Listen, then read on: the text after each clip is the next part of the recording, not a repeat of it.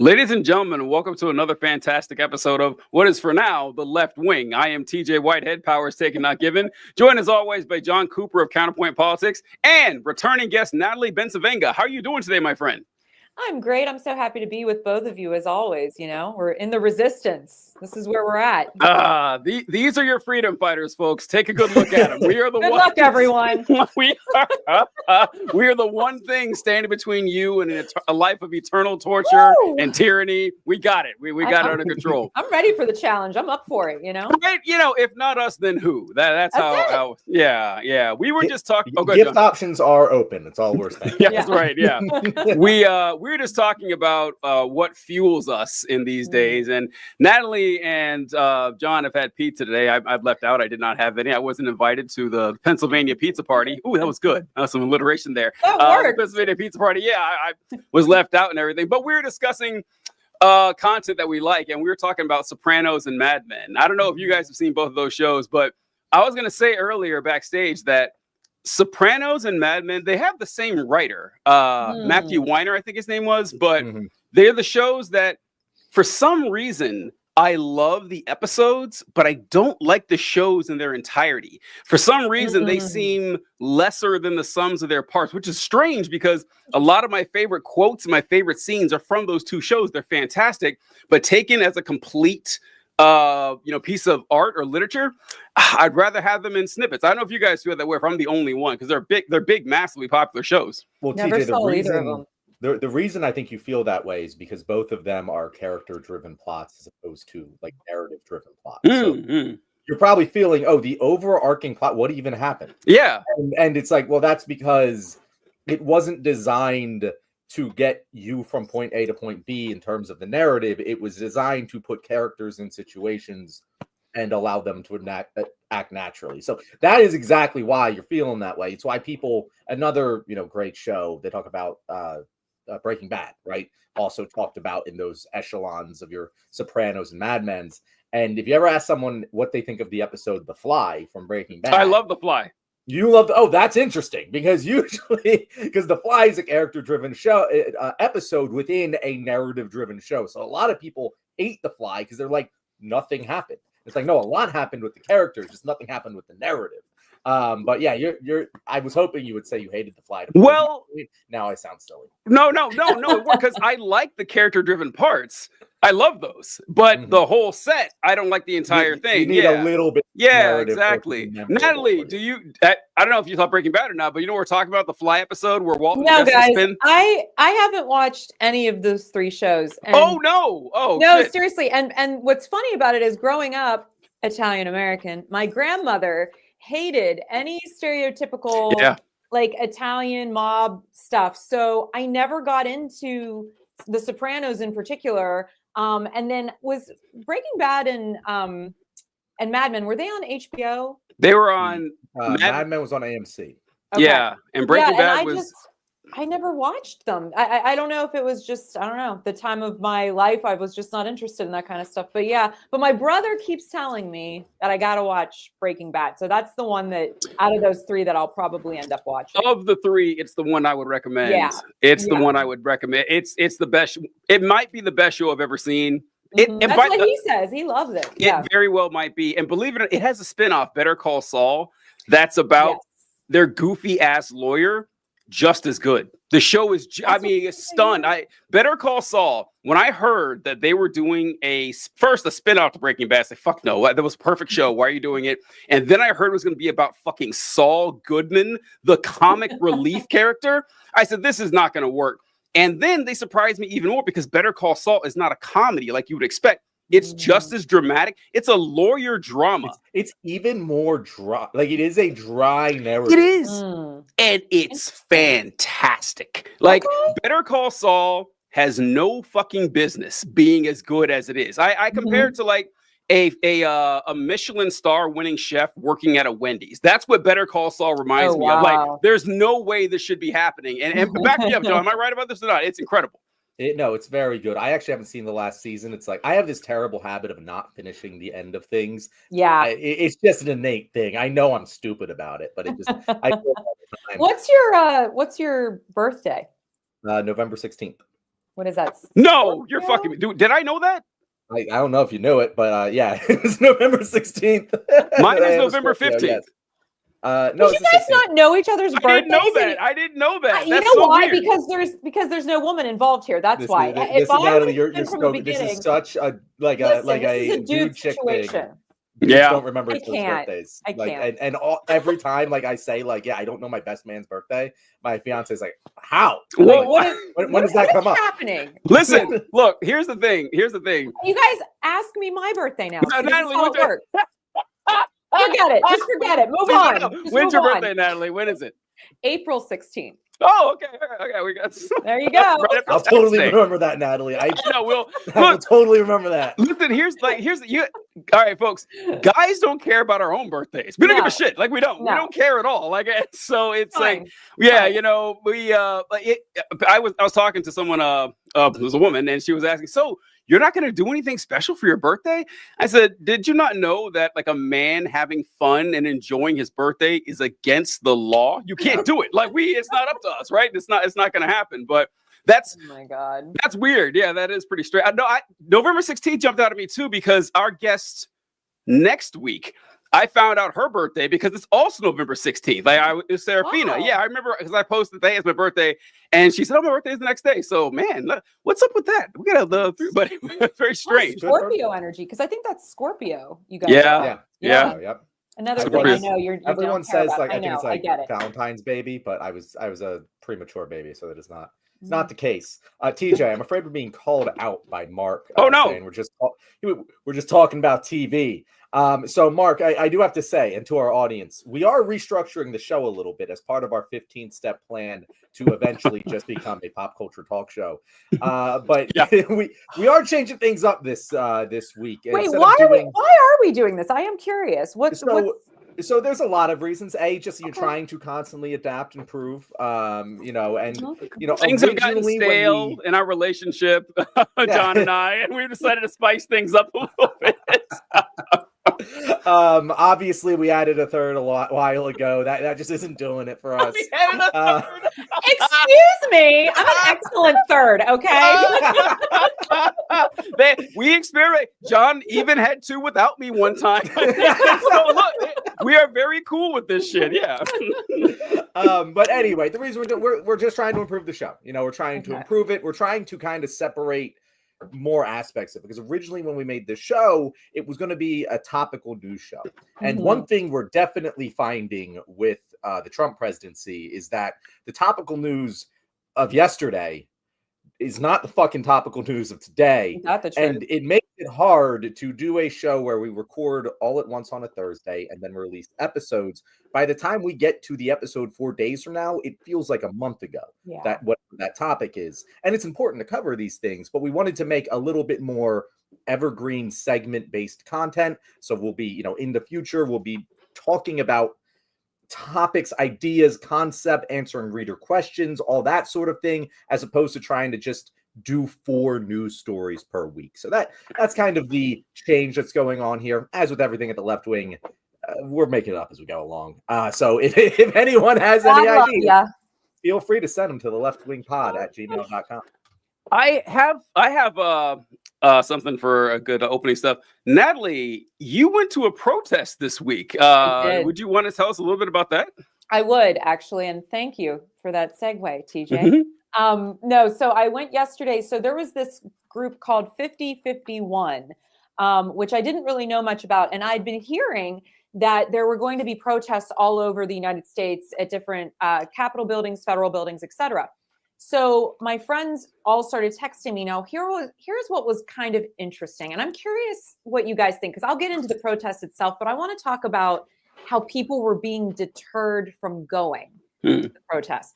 Because a lot of my friends follow a lot of left-wing publications, online accounts, etc. And some of the very prominent ones were saying not to go to these protests, that they weren't sure that there was going to be a level of safety to them. There was a lot of you probably shouldn't go because X, Y, and Z, which I found weird. in the sense that it's like, okay, but with protesting in general, you always are taking on an element of risk, right? Because the way the cops are these days, you sneeze and they may tase you or spray you. Like that's just kind of what goes on now. But I found it kind of sinister because I was like, well, where's this information coming from that suddenly we're being deterred from going? So that actually made me want to go. So I was like, okay, well, clearly something is driving this. So God love my husband. He was like, I think I'm going to go with you. And I was like, okay. So he went with me, and it was a very peaceful protest. There were about 150 people while I was there. We were outside the federal building in Pittsburgh. I know there was another one happening in Harrisburg. There was another one happening in Philadelphia. They were happening all over the country. The mainstream media was really not in any way covering it. So spur of the moment, while I was down there, I was going just as an observer. And then I thought, well, screw this. I'm gonna start interviewing people and find out why everybody's here and make a video, which I did. And what I found really fascinating, two things. One, the left needs to get its shit together with messaging. There were people down there for 100 different reasons, 100 different reasons. And there were like socialist groups there. There were communist groups there. There were people just saying, I'm afraid about Medicaid. I'm afraid about Medicare. There was no cohesive messaging at all, which I found really interesting. The young woman that was organizing the event had never organized a rally in her life. We had no permit. So we couldn't actually leave the courtyard, or you could get fined, in trouble, whatever. And the cops were kind of keeping their distance, but everybody was kind of keeping an eye on them as well. But the other thing, the message that kept getting chanted while I was there for about 45 minutes, and 3 or 4 rounds of chanting was about John Fetterman and how he is not doing his job. Mm-hmm. And it was wild to me because that was not what I was expecting. Of course, there was the pro-Palestinian groups there, healthcare for all of those things. But Fetterman, people are so angry with him in the state of Pennsylvania, and I think now nationally, because he keeps taking on these causes with the Republicans for no reason. And so I posted the video, and my God, the amount of DMs that I got yesterday with people saying they were just so glad that someone was reporting on this because they are so mad at him and they've been calling his office. They're not getting a response. So the big takeaway for me was the fact that people are so frustrated with their elected officials, especially on the left, because they feel like they are not doing enough or what they're doing is very performative. And I found that to be the most surprising takeaway. That was the most surprising thing that I thought I wasn't expecting when I went to the rally. And I was very disappointed at the lack of press coverage. There were some student newspapers, a few outlets here or there, but there were very few of us in the media that were truly there to cover it, which was interesting. It's interesting you say that because I've said on the show for a while, when I voted for John Fetterman, it was one of the most proud votes I ever casted. I had high hopes for him because of what he had done, what he stood for. I wasn't syncopado on everything, but in terms of, hey, do you think this guy's going to help advance change, help the common man? I thought his heart was in the right place. Boy, I have never been more let down by a politician. It's not even that my hopes were high. Sure. It's that he dove so low because what you say, it's so incredibly important right now to be opposing what Donald Trump is doing. And what Fetterman is doing is sucking Donald Trump's dick in front of all of America and saying, hey, please watch as I deep throat this fucking fascist. And that, God, that's the most horrifying image, John. Never do that again. Okay, I can't. John, there are children listening. What are you doing? Come on. Still, I haven't scared them away yet. That is the reason there's so much animosity for him. And you know what? It is a great he is a great target for protest because there needs to be a very clear message sent. Yes, if you are a Democrat, you have to stay in line. You cannot. We need to treat everything they're doing with the most possible seriousness. Correct. Because we cannot be calling them. We need to stand united as a party. We cannot call them fascists and then act like they're normal politicians. We cannot do it. Thank you. That, it's boy who cried wolf. And eventually the wolf's going to come. And John Fetterman, fuck him. Like he needs to be made an example of. I'm very glad to hear that. I hadn't seen your post today, Natalie, so I didn't see any of this. This is all news to me, but I'm very glad to hear that Fetterman was a target of these. Yeah. Check it out. I posted it yesterday. I'd be curious what you think, being from the state yourself, just seeing what people were saying about him, for sure. Yeah. One thing I wanted to address, which you mentioned with the protest, Natalie, is that there was no coherent message amongst the protesters. And I guess that's not a super big surprise, since you mentioned that this person, it was her first time organizing a protest, the permits and everything down. But I mean, it is indicative of the Democratic Party, or just the left now as a whole, really. There's no like cause celeb to rally around. Not anymore. It doesn't seem like there is one at all. And it's something that we're really going to have to... I mean, one will happen, right? It should have been Palestine. Like you'd figured that would have been it, but for a lot of reasons, it wasn't last year. That could have been it. And like we said, it's like that quote, like you could have chosen death or dishonor, but you had both, essentially. Like, you could have done the honorable thing and supported the ceasefire and lost with dignity, but we didn't, and still lost anyway. But the Republicans have an advantage on this. We all know it, that the Republicans and the right is made of more or less the same type of person. Like 80% of them are going to be white conservative Christians. But on the left, you have essentially everybody else. Yes. And it's going to be hard for, and sometimes these groups, their interests do not coincide. And so there's a lot of conflict there.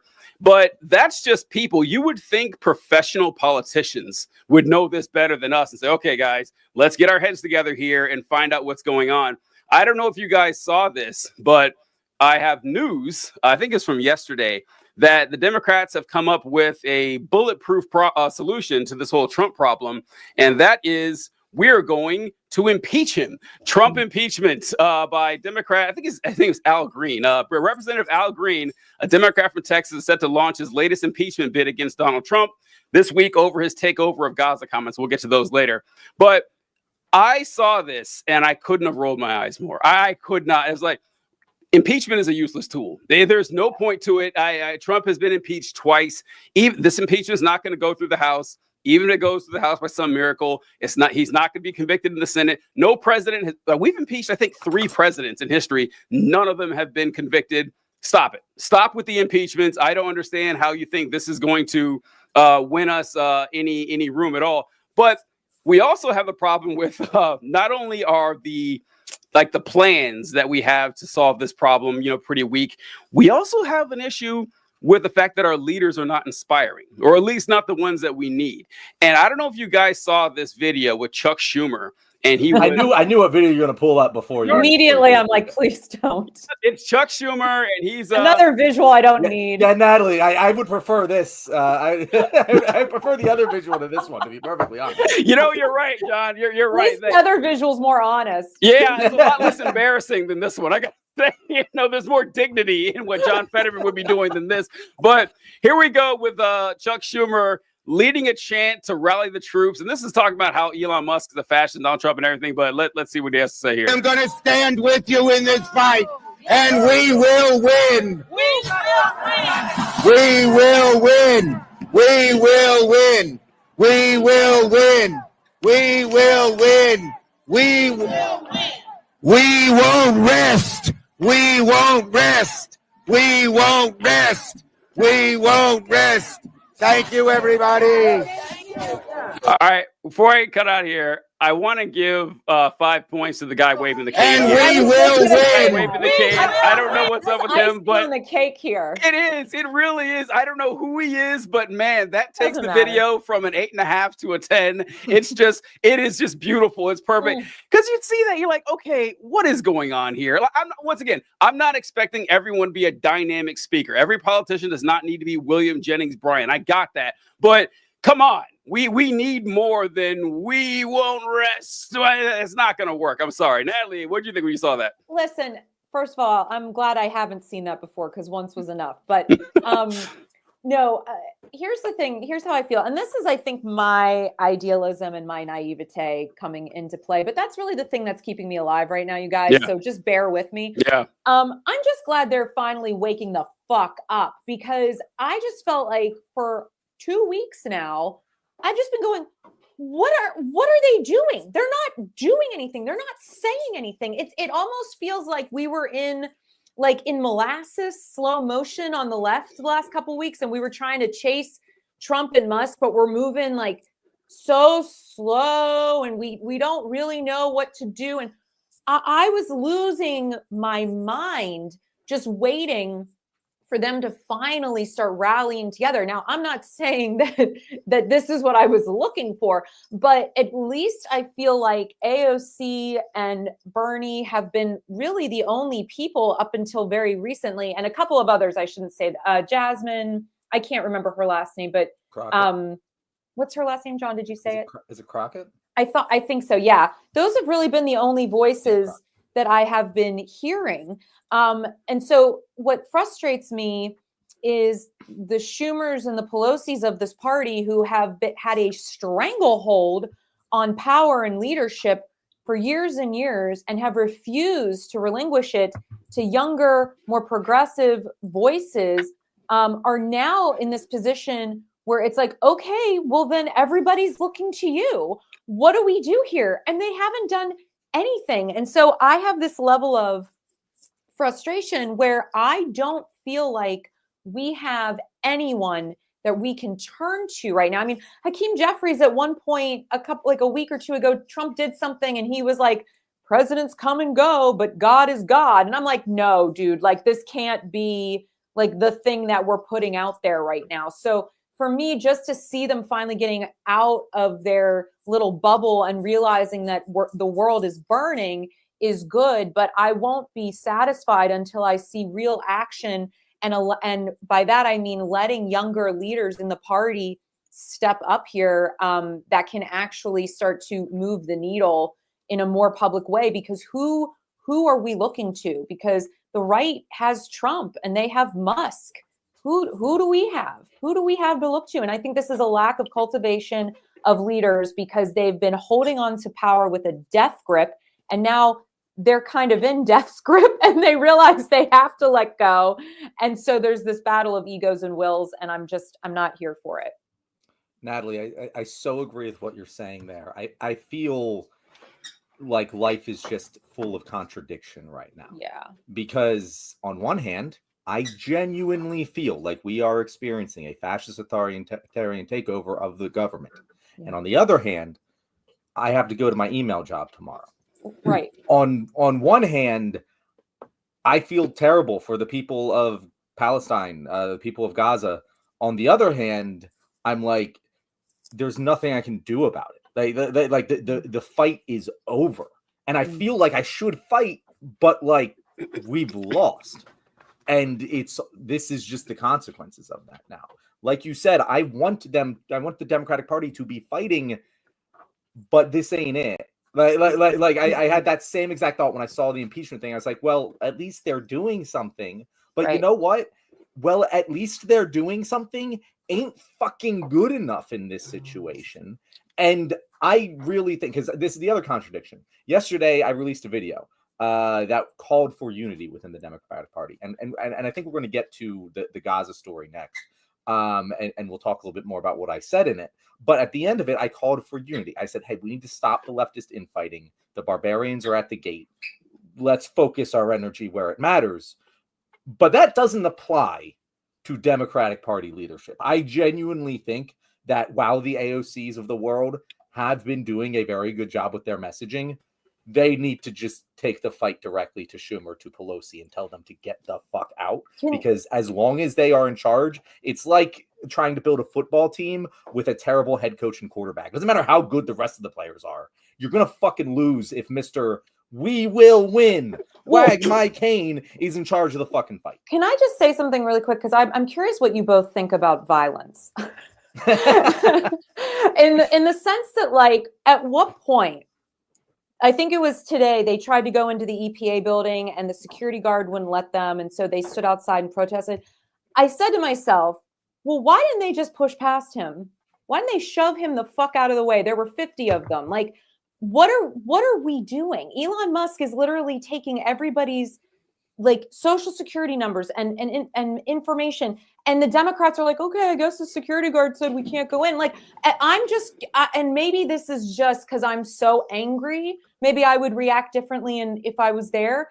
But my question is, then get arrested. Then get arrested for violence and start a movement on the left. So people see that, like, you're willing to get arrested because you pushed somebody. I'm not saying hurt anybody, I'm saying, like, physically move them and see what happens, because I'm still of the mind that Elon and his little boys are a bunch of bullies. And if you tap them a few times, they're going to fall over and cry.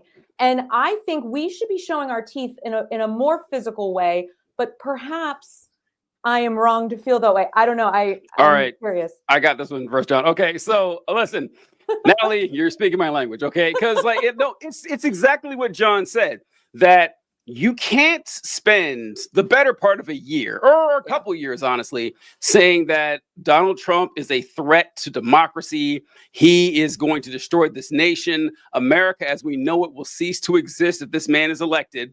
And then after he's elected, when Republicans said, wow, okay, why is Joe Biden shaking his hand? Why are they laughing? Why are they laughing and joking with him in funerals? Why are they doing this like this decorum-filled handover if he really is Hitler, like you said? You know what? They got a good argument. They do. I mean, if you really believe that this guy is going to cause the destruction of the country, of the world, and you're like, well, hey, we got these rules and these procedures we got to follow. No, of course you don't. And I'm so glad you mentioned this thing with, Elon Musk, because Elon Musk, as if you guys, I didn't even hear about the EPA one, Natalie. Like, these things just be churned out every 10 minutes. Yeah. And every time you fire up your computer or open up your phone, you see that Elon Musk and his goons of college freshmen are, sifting through your personal information, trying to shut down international and domestic departments and threatening services like Medicaid every fucking day. And then we have Hakeem Jeffries. This is actually the sad part. We said that Pelosi and Schumer should step aside. Pelosi is giving it to Hakeem Jeffries.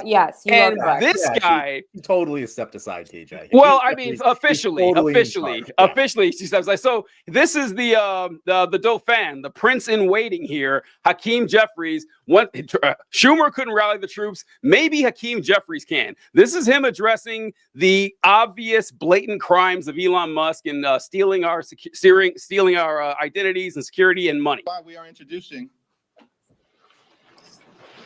the Taxpayer Data Protection Act to shield the American people from this out of control power grab permanently, and to make sure that the financial, personal, medical, and confidential information of the American people is protected. Now, this is not an out of context clip. Hakeem Jeffries sounds like that, like a bored high school vice principal, like a disappointed every time he speaks. This is the guy who's in charge of the House of Representatives. He's the one that's supposed to be getting us, riled up and together. If that's the face of your movement's going to fail. Your movement is going to fail. And I would like just competent, charismatic individuals up there. And yes, if the time does come, like Natalie says, and they're in your way, you're a congressman. Get arrested. You'll be out in an hour. You'll be gone. It'll be fine. You're not gonna lose employment for this. But you know what it could do? It could say, okay, wow, they actually do give a fuck. They actually do care, because your words aren't conveying that message. If you were able to convey it through speech, hey, great, but you can't. So do something else. I'm all with you, Natalie. What about you, John? Yeah, so Natalie, my personal take on violence is I'm a pacifist. I do not like violence, which is, ironic to some people, considering I'm an avid wrestler. I do jiu-jitsu. I do combat sports, but that is consensual violence. I'm a fan of consensual violence. Not a consensual violence that I do not like it. I do not ever want to do it. If I never have to get in another fight in my life again, I will die a happy man. Yeah. That being said, there are times when violence is necessary. And what you're talking about isn't even violence. And we're not talking about violent revolution. And I've always said, nonviolent revolution historically has been twice as successful as violent revolution. The reason for this is because whenever you have a smaller force revolting against a stronger force, they require third-party support. And third parties don't tend to like to support violence because it could get turned on them, right? So I would not advocate for violence until a certain point. And I've been really struggling with that question of where is that point? Where is the point where suddenly it becomes moral imperative to enact violence? And I'm sure that'll piss a lot of people off that we're talking about it, but I mean, look through history and you will find plenty of examples where you wish that people chose violence much sooner. Yeah. So it could happen. And we should be asking these questions of, well, where is that point? What should we do? But right now, I agree with you. If there is a fucking security guard and there's 50 of you and they're saying, hey, you can't enter this building, that you have a legal right to enter, and you know Elon Musk is in there breaking the fucking law, like he already broke the law, bro. So if you're gonna if this is a minor infraction off, yeah, you should commit a minor infraction to prevent the literal stealing of all of our fucking health data. I don't think that that's too radical of a position to just push past that security guard. And I was asking this on the last show, and I still haven't quite figured it out, but I don't know who's in charge of that. Like, I don't know who the Capitol Police report to. I don't think it's the president. I could be wrong about that.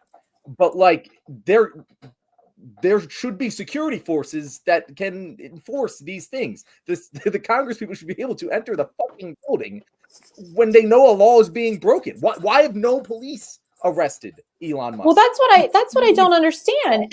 And also the whole, going back to Hakeem Jeffries for a minute, and I appreciate your perspective, John, and I understand the idea of pacifism, and I would say I'm with you on it 90% of the time, but I'm starting to feel like 10% is getting closer to your point of the other. But and I say this obviously from a position of privilege too, because I've never had to be in a physical altercation, but I just feel like these are those moments where you have to decide what are you willing to really throw down for, and I think democracy is one of them, right? But getting back to Hakeem Jeffries, I just wanted to ask, like, why is this necessary? Because isn't it already illegal? Like, I that was the first thing I thought of. I was like, this feels like such a stupid gesture to me, because it's like, isn't this illegal? Why is it this easy to overtake our government? Like, I literally, when this happened with Elon Musk, I was like, this, you got to be kidding me. This was so easy. Why is this so easy for them to do? I don't understand. So I was also confused as to why he brought that legislation forward. Because if this wasn't illegal before, well, then that's a huge other problem. And if it's already illegal, what is the purpose other than to just what? Because if the cat's already out of the bag, like our shit is on a private server somewhere. And even if they arrest him, where's the server? Was that information already given away? There are so many things that have already happened that put us behind the 8 ball. I'm just like, why is Elon Musk still out there? Why are these guys with him still out there? Even what we're saying, like the people who have been fighting the good fight, like AOCs, like that we've been impressed with, why haven't one of them taken one fucking local cop, went to Elon Musk and got him arrested for the clearly illegal actions that he is taking? Like, people get fucking arrested and thrown in the ground for not breaking the law every single fucking day. So why not do that against someone who is clearly and obviously breaking the law? What's he going to do about it? What is anyone going to do about it? Are they going to fucking fire the cop? Okay, cool. Just pick one fucking cop that wants to be a hero today. There's got to be one of them. And just rough them up a little, like you do every fucking person. Street justice. Do it to poor people all the fucking time. So do it to rich people too. I don't. If anyone has a problem with that, there's a lot more fucking problems that we have to get to before that one, bro. Yeah. So the thing with you guys have the Capitol Police and like who's in charge. So the person in charge of the Capitol Police is the Sergeant at Arms. That's like an official position they have, and that person is directs the Capitol Police. But the Sergeant at Arms is appointed by like a board selected by Congress. So since Congress is in the hands of the Republicans on both houses, that means they control the Capitol Police. So I don't think we're going to get any help there. I mean, I think that's the bigger issue here. Yeah. I mean, like John said, elections have consequences. And I think Mark left, but he brought something up. He said that can't handle losing, constant losing. It's hard being a liberal in the Trump presidency. Look, I hate to say it, but Mark's correct. Doesn't happen often, but Mark's right. He's right about this. Like, this is a big fat L that we took, and we are seeing the fact that, unfortunately, that when Democrats are in charge, we need 60 votes in the Senate, maybe 62 if we have some stragglers. When Republicans are in charge 2 weeks, Trump has changed half the laws in the nation. So that's just how it works. But I remember, like, the whole point of this, like, John, you were mentioning that, for revolution to work, you need the support of the people, which is 100% true. And like Natalie asked, where is the line? Like, where is the line crossed when you're like, okay, you have to fight? Generally, that line comes, like, historically, when people are literally starving, when people have nothing to lose. Like right now, things are bad. But most of us, as bad as things are, you can always go home and watch The Sopranos. You can order a pizza to your house. And, living is expensive, but luxuries are rather cheap. And so while we're still living in that mindset, revolution ain't happening. People are still a little too comfortable. And I'm not an accelerationist, but that's kind of true. But I remember I used to listen to Rush Limbaugh every day when I was a kid. I would listen to him every day on the radio. And I remember him saying so many questions. I used to be a conservative, Natalie, years ago. Yeah, I grew up as a conservative. And so I listened to Rush Limbaugh. And I remember him saying he had this list of universal truths. And one of them was that ours is a world governed by the aggressive use of force. 1,000,000% correct. If you don't, that's why, like, my name is power is taken, not given. If you don't have the power, you can't do shit. You can't. And if the power is given to you, the power can be taken away. And like when you have both of those elements coincide, people who are desperate and in big enough numbers to actually take power. And the best example of this that I can think of is the Haitian Revolution. And the Haitian Revolution, the early 1800s, it was a slave rebellion. The Haitian slaves banded together and overthrew the French army. That's the only reason. Like, they were not going to politely ask for the slavery to stop. It wasn't going to happen. They were desperate and they had nothing to fucking lose. And and as bad as things are, we're just not there yet. I mean, we're just not. I hate to say it, but it's true. Speaking of places where things are bad enough to lead to violent revolution, we'll segue into what was supposed to be our main topic today. It kind of got pushed to our second topic, but that's the way this show goes. Bibi came to America today, and despite having an international court order to arrest him, we hosted him. And I don't know about you guys, but that was one of the most horrifying nights I've had since the election. Hearing Donald Trump say that we were going to literally invade Gaza with U.S. troops and ethnically cleanse every single Palestinian soul from the territory. Since then, these things have been walked back a little because that's not what our good friends over in Saudi Arabia want. But it was really scary, and it continues to be scary to just contemplate what will happen if Trump gets his way, and seeing how there's no real way to stop it is just been really fucking cooking my noodle recently. TJ, what were your thoughts? Well, when I saw it, I don't know. I guess I didn't expect that statement to come from Trump, but when I heard it, I wasn't shocked that he said it, and saying just Donald Trump says that what I would like to do is essentially turn Gaza into a resort, is what he said. And and then I pulled up a clip just now of someone asking Trump, well, why do you say you want these Palestinians to leave? What are they going to do about that? And here was his response. Peter, would Palestinians have the right to return to Gaza if they left while the rebuilding was happening? It would be my hope that we could do something really nice, really good, where they wouldn't want to return. Why would they want to return? The place has been hell. It's been one of the meanest, toughest places on earth. And right now, I've seen every picture from every angle, better than if I were there. And nobody can live there. You can't live there.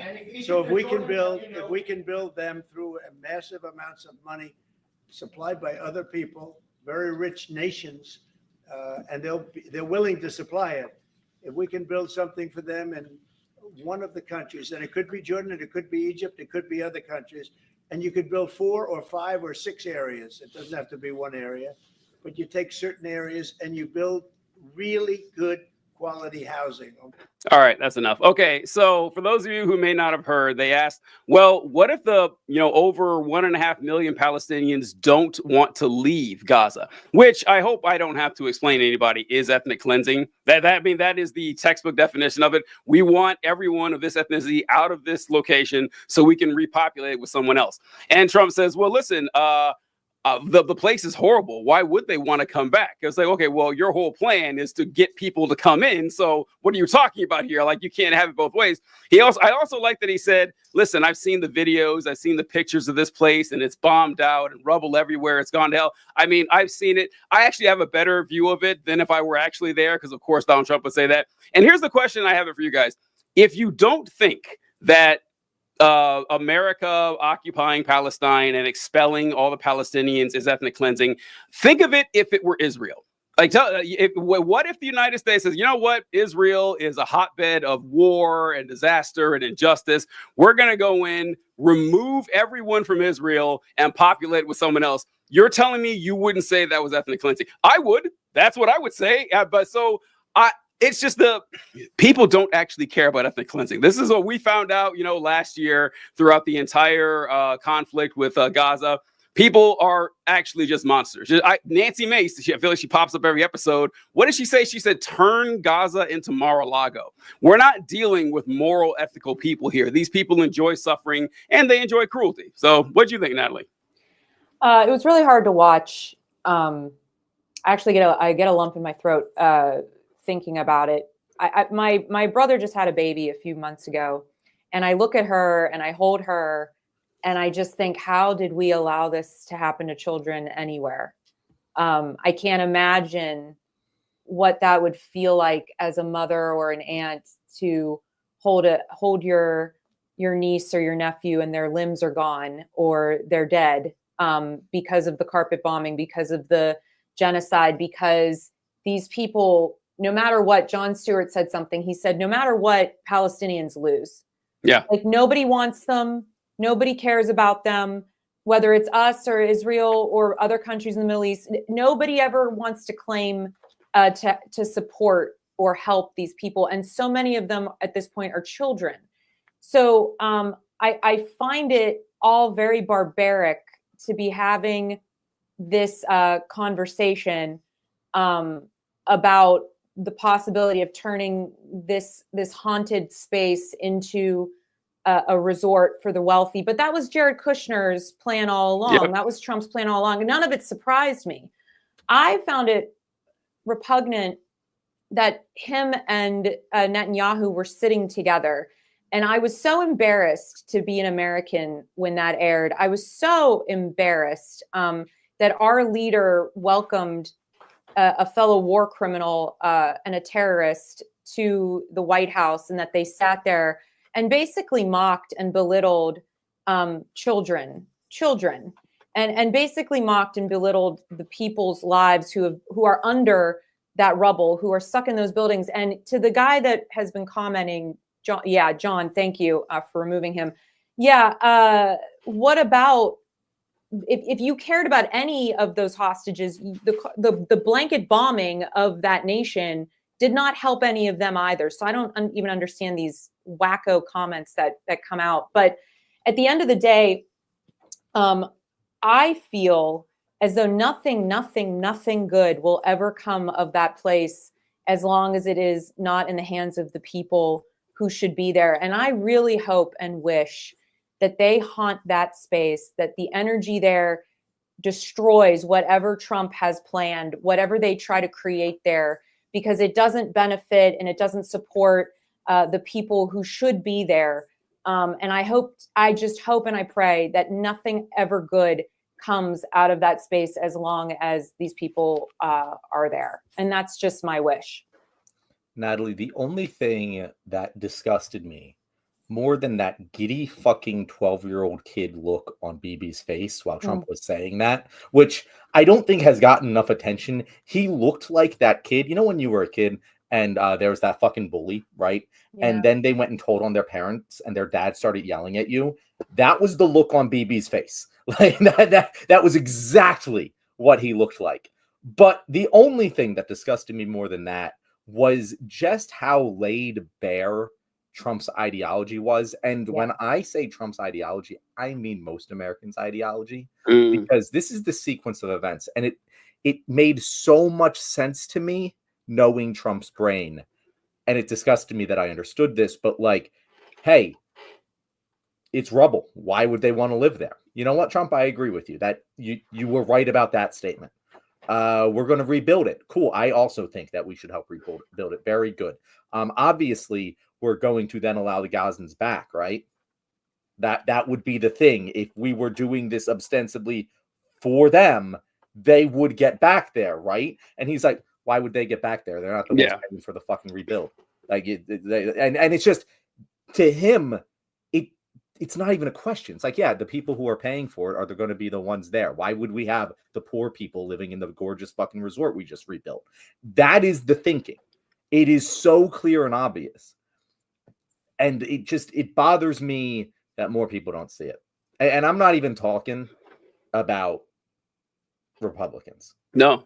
I'm talking about the Israel supporting Democrats that are like, explain to me what the difference here. And we're going to get to kind of that debate later, but like, what's the difference between this and what Biden was doing? Like, this was always the plan. It was stated a little more nicely, but like, this was always the plan. It's just accelerating now to remove all of the Palestinians from Gaza. And we know this because this has happened numerous times over the past 60, 80 years, where you just remove the Palestinians, Israel comes in, develops the land. That's what happens. It just happens over and over again. And the Palestinians are never allowed to come back. And you can make arguments on any one given thing of like, hey, this attack happened. We had to defend ourselves, yada, yada, yada. And what I've always said is, well, then how the fuck did you keep the land in self-defense? It's impossible. You cannot take land defensively. And if you do so temporarily, you are obligated to give it back to the people who are living there. And that just never crosses people's mind. And it's very upsetting. I just want to add really quickly, John, I really appreciate you in particular on this topic, because the very first time I did your show, this show, we had talked, it was right when everything started happening with Israel and with Gaza. And I didn't know that much. I knew enough, but I didn't know a lot. And you were so passionate and you were so focused on this particular topic as something that you really, really cared about. You were the real impetus as to why I started really digging into understanding this more fully. So I just want to thank you, because I now, understanding the history and the context, and having talked to people on my radio show on from many different perspectives and vantage points, I just come back to the fact that, like, at the end of the day, people deserve to be in the land of their ancestors if that's where they choose to be. And the fact that these people are going to be denied that is so incredibly heinous, but so on brand for the United States.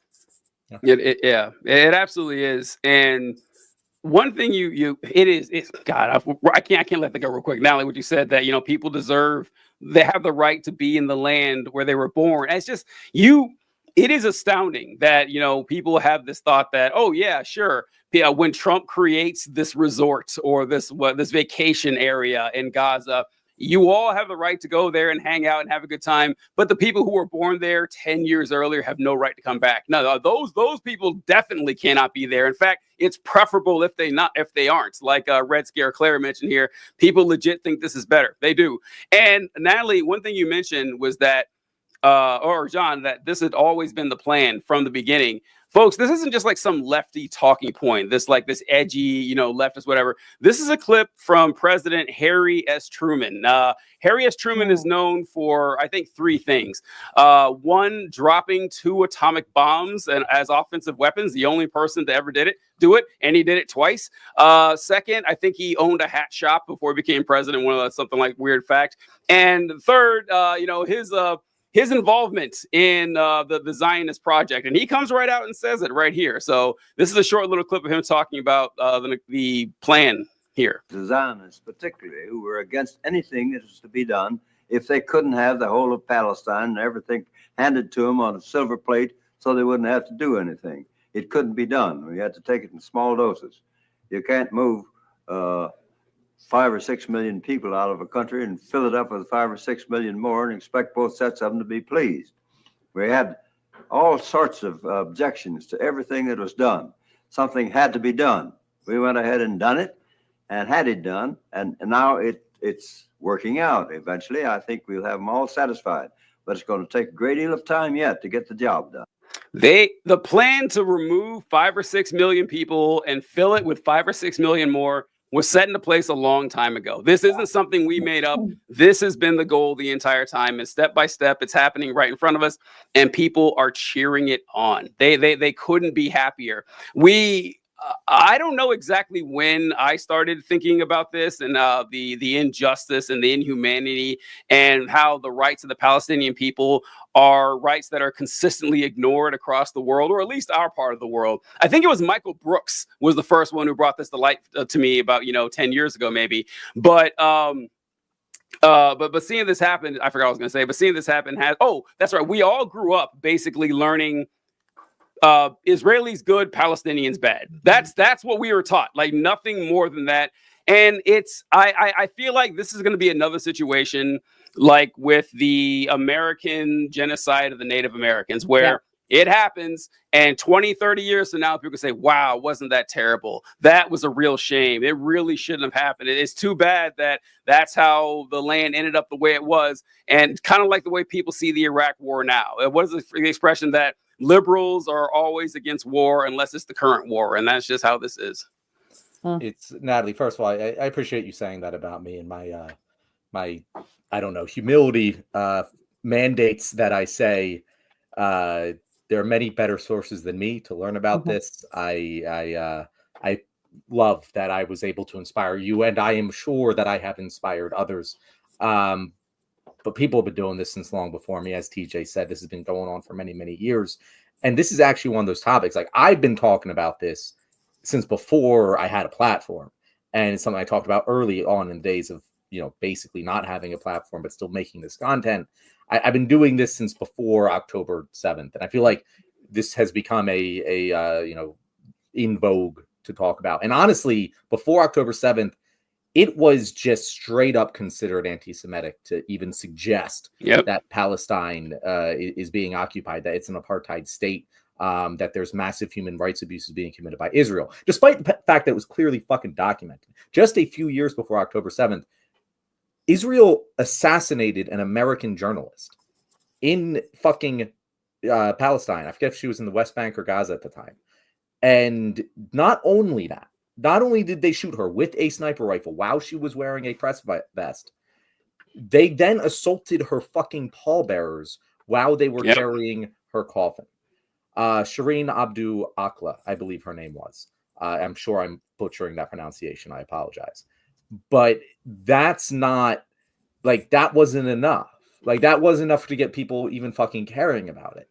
And this is one of those issues where the more you dig into it, the more you read about it, the more you research it, you're just like, holy shit. I was susceptible to propaganda. Yes. There's no way you can learn about this and then go, fuck, this is in any way what I was told about this conflict. It's not. And once people see this, you begin to unravel a lot of the other propaganda that you've succumbed to over the years. And that's why when this started happening and I started seeing people protesting this en masse, it did energize me. It did give me hope that things could get better, because I do still see this as a gateway issue into left-wing politics.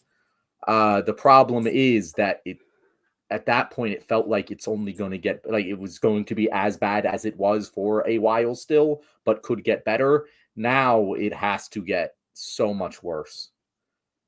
And I hope something good comes from it. I'm not very confident anymore.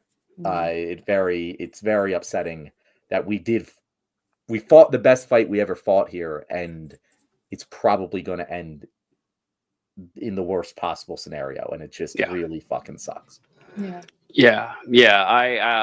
John is correct in how this has been going on for a long time, about 80 years, honestly. And whenever I talk about how this is not new, that October 7th is not the start, of the IDF's just brutalization, like gleeful brutalization of the Palestinian people. I always pull up this clip. I don't know if I did it on the show before, John, or maybe the old version of the show, but this is not guilty, the Israeli captain who emptied his rifle into a Palestinian schoolgirl. And it says, an Israeli army officer who fired the entire magazine of his automatic rifle into a 13-year-old Palestinian girl and then said he would have done the same even if she had been 3 years old, was acquitted on all charges by military court yesterday. And the quote is in here where he brings it up, where he says, let me try to find it here. On the tape, Captain R then clarifies to the soldiers under his command why he killed her. This is commander. Anything that's mobile, anything that moves in security zone, even if it's a 3-year-old, needs to be killed. Oh, yeah. The most important part of this is that this article talking about an Israeli soldier who killed a 13-year-old and bragged saying he would kill a 3-year-old. This came out in 2005. This is November 16th, 2005. Damn, this is 20 years ago almost. This isn't new. And it's not, unfortunately, it's not getting any better. I mean, I wish more people were more fired up about this and were more outraged by this injustice and this cruelty. But unfortunately, the American people just aren't there. They're not. They will be when it's too late. And that brings us to our left-wing mailbag topic today. So we've done this a couple times, but we are starting this as a segment. If you have any questions for us that you want us to answer, email us at leftwingpod.com. Is it the left wing? It's left wing. It's leftwingpod.com. I should have written that down. It's the email we use.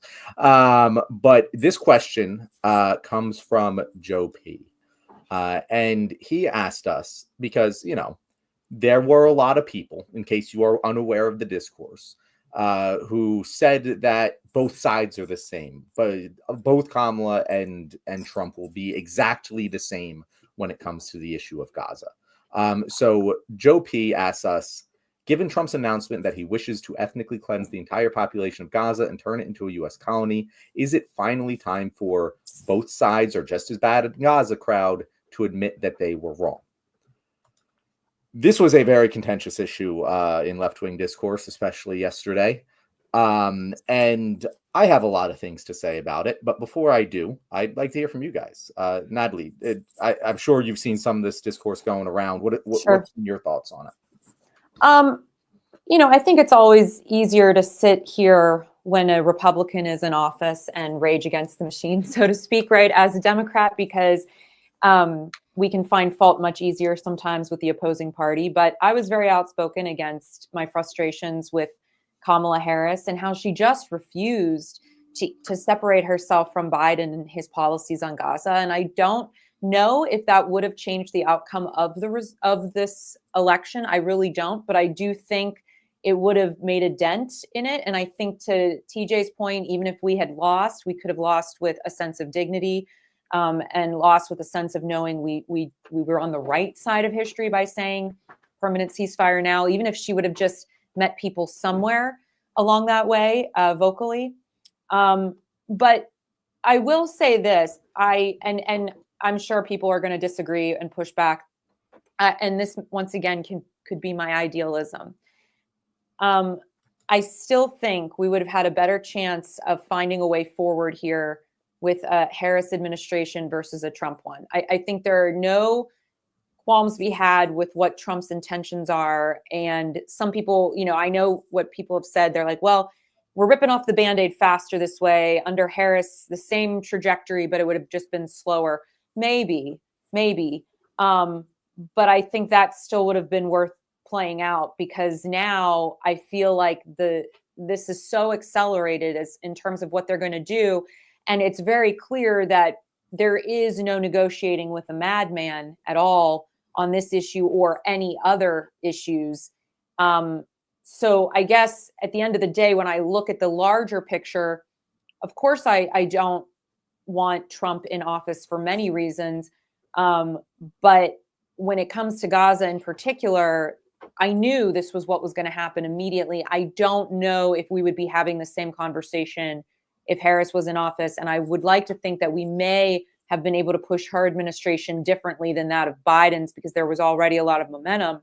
But the reality is the reason she's not here is because nobody could get her to push during the election itself. So I guess I'm not giving you a very good answer. I'm just incredibly frustrated. And I will not go as far to say, though, that this is two sides of the exact same coin. I don't believe that to be true, but I also don't know how different it would be right now. But I don't think Netanyahu would be sitting next to her. I don't know. That was one of my things. I was like, you're really going to tell me that Bibi's face there would have been the same during a Kamala press conference? I don't fucking think so. Right. Like when he had that press Right. conference with her, they looked like they like a couple that just walked out of the car after a fight. Right. And they were trying to talk to the rest of the party. That looked like Bibi was giving everything beyond his wildest dreams. Oh, 100%. This is an enabler. Yeah. Mm-hmm. TJ, what are your thoughts? What was the question again, John? Yes, the question was to repeat our left-wing mailbag question. If you have questions, make sure to email us at leftwingpod@gmail.com.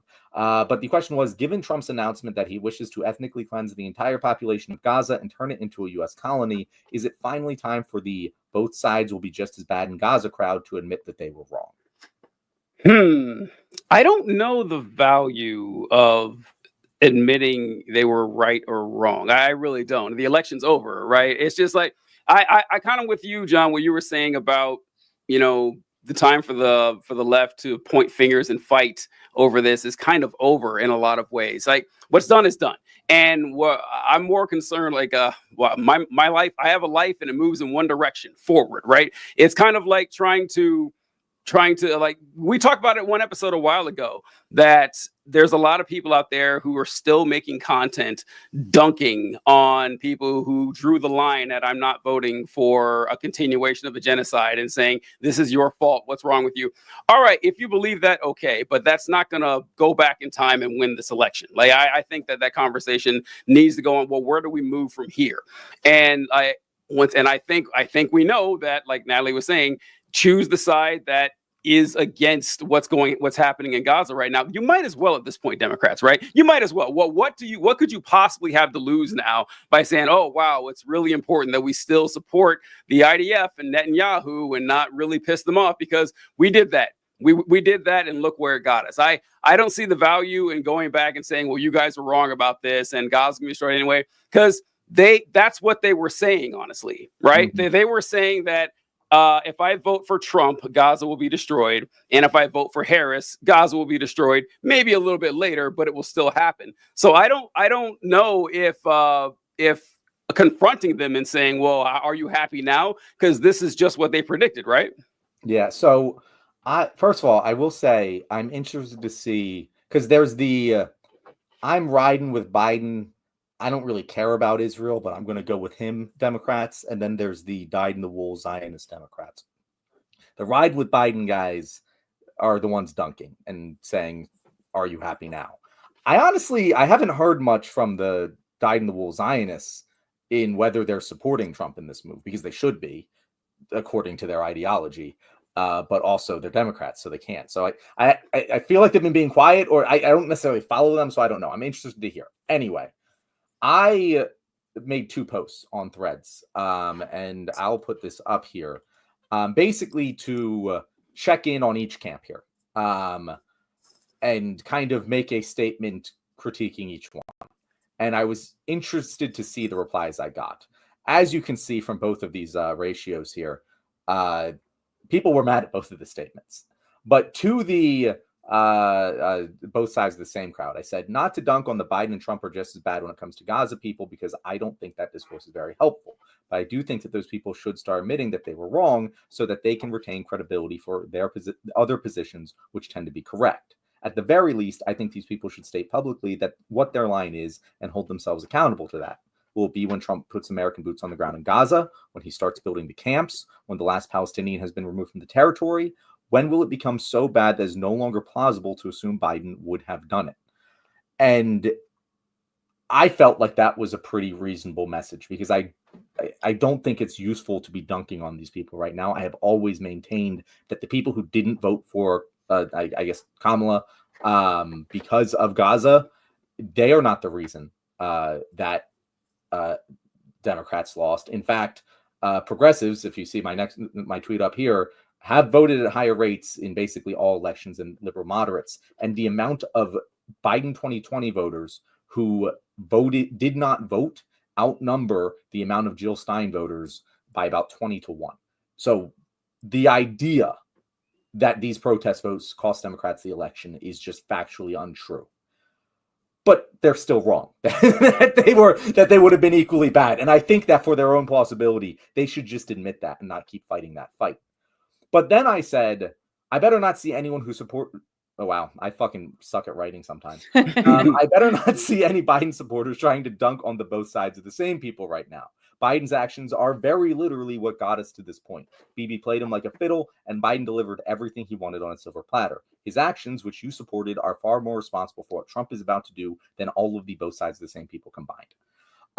And it was very interesting that the clearly my statement towards the Biden supporters was far more hostile, but I got far more hostility in return from the both sides of the same people.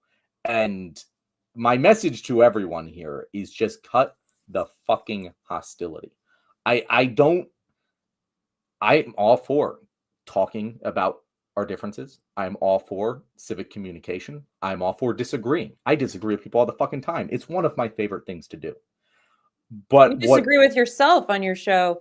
Exactly. But like the I've never been, as I said, I'm not one for like violence. I don't want conflict. I want construction. I want us to iron sharpens iron. I don't want us to try and destroy.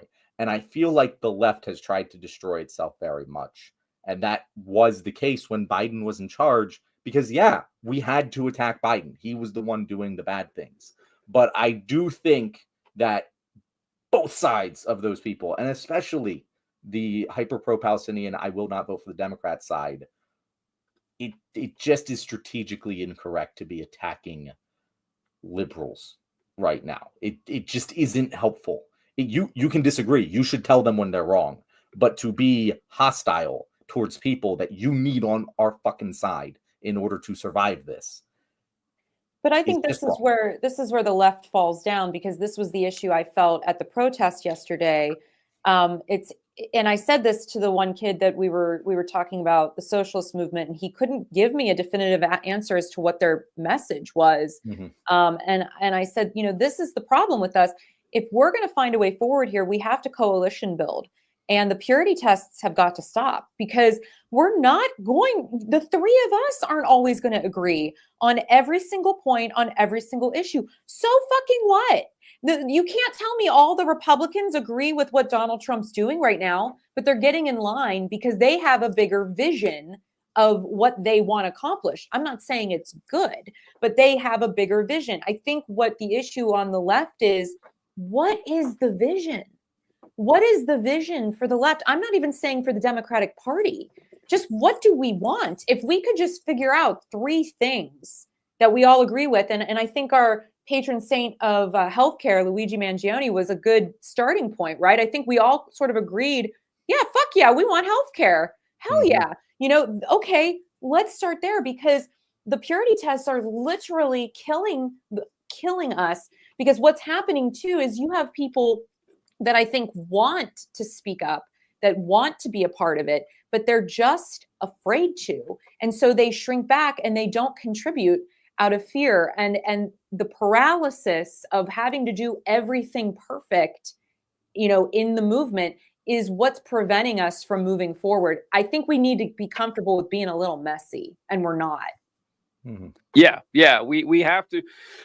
The vision thing, unfortunately, that has to happen organically. That's the unfortunate part about it. And it's easier for the Republicans because their vision is like united, but more ethereal. They want a Christian society, whatever the hell that means. They want things to look like they were in the past. Yeah, no, TJ, they want a Christian society that does not follow the teachings of Jesus Christ. Thank you. Yeah.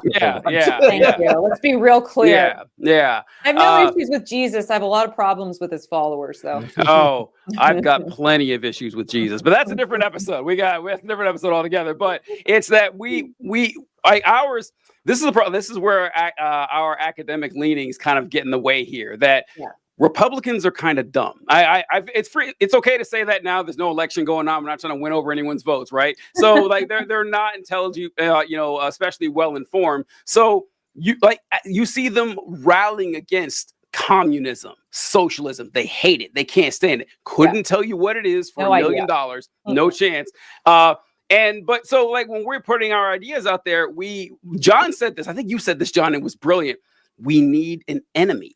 And that's something that Kamala Harris and Joe Biden didn't do a good job, like pushing through. Like we all knew Trump was the enemy, all right. But hey, the billionaire class are not our friends, or is not our friend, right? Now, no matter like Mark Cuban or whoever, gives money, no, fuck billionaires. And it's not looking good that the new DNC chair was up there saying, hey, that's they're a good billionaire. Oh, thank you. Sorry. No. It's like there are good billionaires. We need them. That's going to cripple the movement. Like you can't develop class consciousness among the people to vote for you when you're saying actually the aristocracy is fine. We just got to find the right ones to help us out along the way. So I think healthcare was a good one. Healthcare was good, and maybe it can be fired up again. But everyone has their little pet projects, and I think that losing may help us. Like, okay, let's next time try to get this all together again. But I don't know. It might take longer than I'd like. Okay. So go ahead, John. Yes, I was going to ask another. Oh no. Go ahead and ask another question. I was just going to say to your thing where we need an enemy, because Natalie, I mentioned this to you last time you were on the show with Nick about how I've been like doing this politics is pro wrestling thing, and I teasing that video. It is coming. I'm almost done writing the script. But the thing that Donald Trump is, he is not a villain. He is a heel.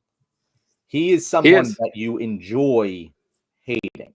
What is he? He's a heel. So a heel. Okay. A heel, yeah. So I thought you said hero, and I was like, I know I misheard him. I know I did. So in pro wrestling, you have the villain people like to hate, and like the people who have embodied this that you're probably more familiar with, not in pro wrestling, but like Muhammad Ali was a heel. Conor McGregor is a heel. Tom Brady is a heel. People love to root against the Patriots, but we were all glad Tom Brady was in the league. It made the sport a better place. Whereas a villain is someone you want out. This is a bad person. You want them out. And Democrats have always treated Donald Trump as a heel.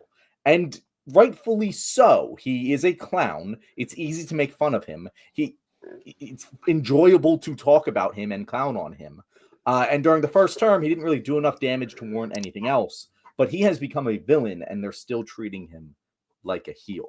And you can't unite around hatred of a heel long term, because you do want him to continue being there. You show up to his fight because you want to see him lose. You don't want him to leave entirely. You want to see him keep getting hit in the face. But you need a villain that you energize your base to go out there and attack. And that is not what the Democrats have failed at that entirely. And they've allowed the heel to take over. And to them, it's like, oh, well, we can now fundraise around the heel again. It's like, nope, that's not going to win anymore. See, I think that's too bad. I think that's where my problem was, you guys, from the get-go. I never treated him like a heel. I always felt he was a villain. I always took the threat of Trump seriously. And literally people online, my friends, they would make fun of me about it. Oh, he's ridiculous. No, he's a real threat. He's a real threat. And I get frustrated because I'm going to push back. He did a ton of damage the first time around, including setting us up for everything that we've experienced now with reproductive rights. Like women do not have equal rights in this country anymore. Full stop. That is fucking insane to me that wasn't enough. Right. And so, and I blame men. I do. I blame men because you guys are mostly in power and you didn't rally around that as an important issue that literally every other person that didn't look like you was dealing with. So for me, he did a ton of damage just with that one thing alone, let alone what he did with the Supreme Court and with the tax cuts for the rich, et cetera, EPA, everything. But I guess what I'm most frustrated about now is now that he's back in power and we do have him, you're right, as a true villain this time around, there's another villain, right? Elon Musk. And I think he's somebody that in a weird way, even the right could rally against because he's an unelected billionaire, right? He's sort of become this self-imposed oligarch. And there's tension, I think, there between him and Trump. I don't think that things are kumbaya behind the scenes. I do think that you put two massive egos in a ring together and someone's going to eventually pop someone off. And so I'm curious to see how that power dynamic is going to play out. But what I'm worried about more is how many people are still carrying water for not just Donald Trump, but now they're carrying water for Elon Musk. And I'm just like, this dude is not your friend. And every single time I mention that on any of my social media platforms, the amount of bros that show up in my DMs to try to school me and put me in my place, it literally makes me want to throw up, because it's just, how do you not see the existential threat that we are now facing? This man has your social security number. Like, I am at a loss as to what it is going to take for people to recognize the danger that they are in. Yeah, Natalie, it's funny because, you just gave us spark notes of our show from Tuesday saying all of exactly that Elon Musk is a real villain, that those two egos cannot coexist for a long time. And he is the target that should be aimed for constantly, because he's a massive weak link in Trump's armor. And once you take him down, he's not going down with the ship. He's kicking and dragging and bringing everyone down with him. So he is the target. And just to clarify what I said, he did do a ton of damage. Don't get me wrong. But the damage that he did in his first term was within the Overton window. And say what you will about what is acceptable in the Overton window. But I'm just saying about the public reaction to it was like, yeah, it's what I expect a Republican president to do mostly. Which, they fucking suck. But it's not like 5-alarm fire. We need to call the police that someone's coming to attack us. It's, he sucks like every Republican president. And that's kind of what his first term was, a little bit worse. And what we are seeing now is the 5-alarm fire. And people need but I disagree, because say that to a woman bleeding out in a parking lot because she couldn't get miscarriage support. Like, that's a 5-alarm fire. It's just because it didn't happen to men. That's all. No. I'm not judging the difference, the severity. I'm saying the people's reaction. And but that's what I'm saying is that because we are in a patriarchy, that wasn't the 5-alarm fire that it should have been. That's where I get really frustrated, because to me, it's like, I don't understand how that wasn't enough. Yeah, Natalie, I really thought it would be after 2022. I'm on this show saying, I'm pretty sure there's going to be a landslide because of Dobbs, and unfortunately, it wasn't. No. A couple things I want to talk about with what Natalie said, in that I say that it's unfortunate that the reality is Donald Trump will die a winner. I mean, I hate it as much as you guys do, but he's going to die knowing he won 2 presidential elections. He'll have the, eternal love of tens of millions of Americans, and he knows it. And that there's no time to, let him know how horrible he is, because the proof's in the pudding. Still time for Elon Musk. Still plenty of time. Elon Musk is like in his early 50s. There's plenty of time to destroy his reputation amongst the world.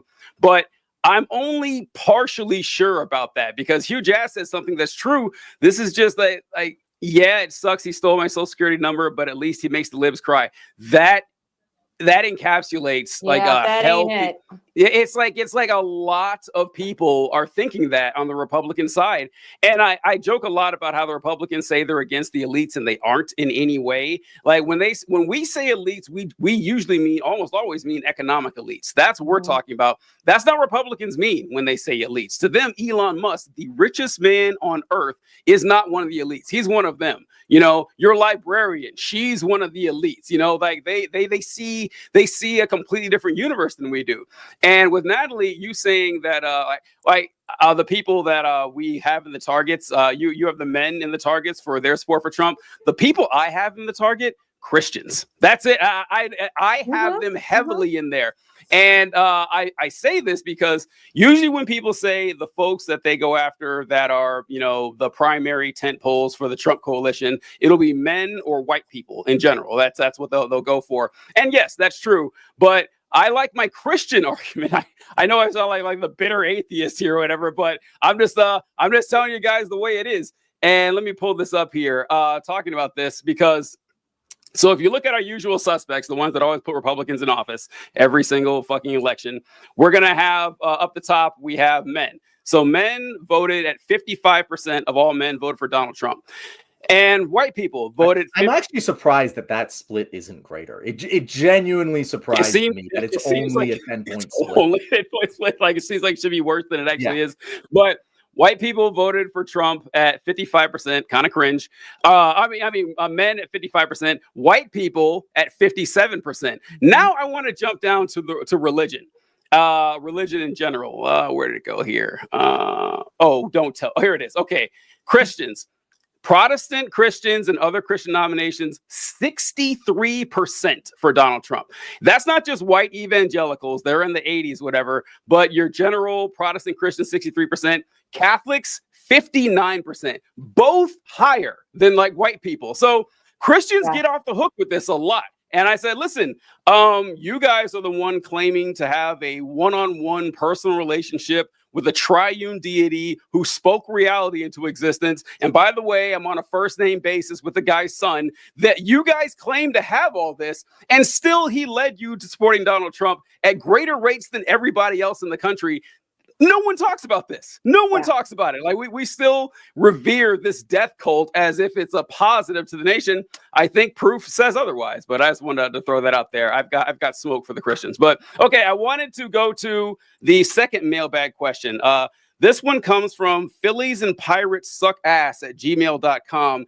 And it says, hey, TJ, why is Pennsylvania so shitty? Listen, man, I don't know. I've been wondering about this whole TJ, I'm starting to think you're making these mailbag questions.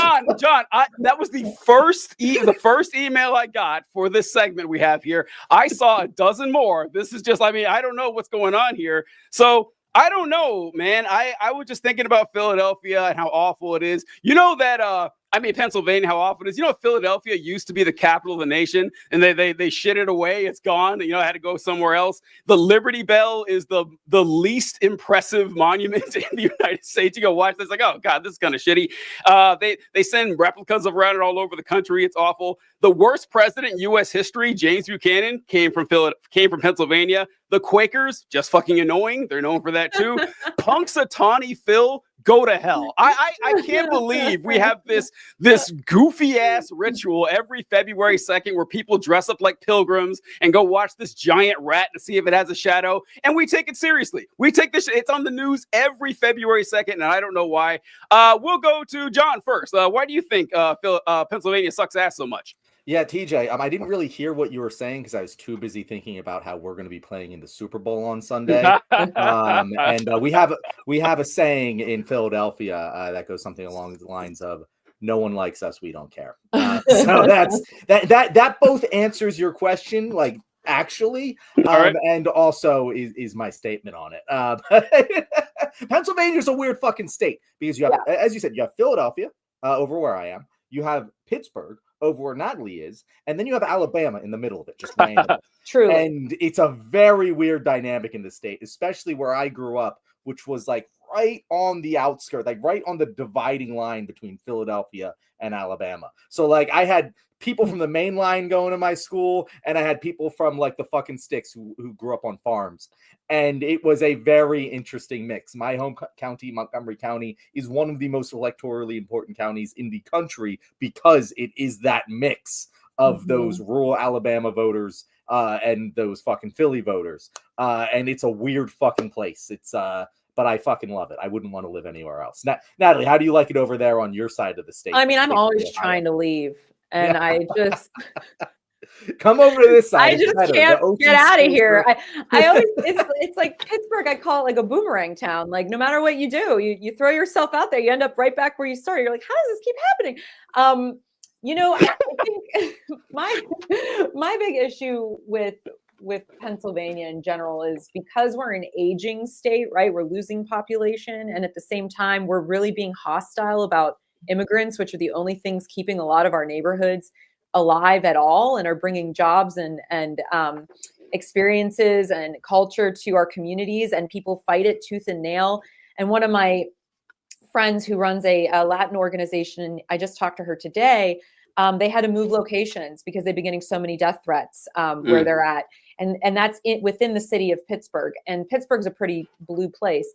So for me, it's just like, what the fuck, Pennsylvania? Like, what are you doing? You're cutting off your nose to spite your face. Like you could be making moves here if you would be more hospitable to people that want to come here and build lives and communities. And so that's my big frustration. But I do find it an exciting place to live as a journalist because the pendulum swings so rapidly and gives you whiplash. You just don't know which end is up. You know, Democrats act like Republicans could act like Democrats, and it flips back and forth every few years. You got people like Fetterman, you know, what the hell they're going to do or say in the next, you know, time around. So from that respect, it's a really interesting place. And then we got people like Summer Lee coming out of Pittsburgh that could make big moves nationally, I think. So to me, it's like this weird vortex of energy, but yeah, it's an exciting place to be, and also just a weird place. All right. Natalie, by the way, TJ did not warn me that was coming. I made the schedule for the show. That was not on it. I like it. Listen, John, you can access the left wing pod@gmail.com just like I can and see these emails. I don't know why you were thrown off by this. Situation. Yeah, come on. This is a lot of transparency here. Natalie, good to learn that you can't leave Pittsburgh, that it's Pittsburgh is the Hotel California. You try every time you try, it just brings you right back. That's pretty great. All right. What do we got next, John? So this is an ongoing segment. If anyone wants to give us a name for this segment, I would really like it. But I don't know, lost in the winds, lost in the maelstrom. I don't know what it is, but we're gonna have a lot of topics constantly over the next 4 years that aren't quite getting talked about enough because something else happened.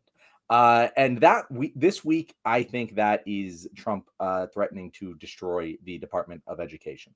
And I think it's interesting for a couple of reasons.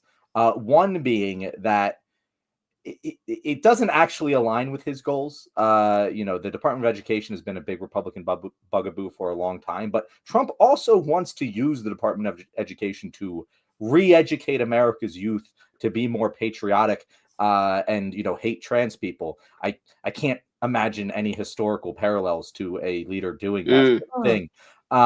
But he's trying to destroy it. And it's one of those things that's very hard to destroy because Congress has passed a lot of bills that only the Department of Education can go through. So even Donald Trump in his executive orders, which have been terribly written from a legal perspective, even this executive order was like, hey guys, we're going to try to start doing this, but I really want Congress to do this because I can't.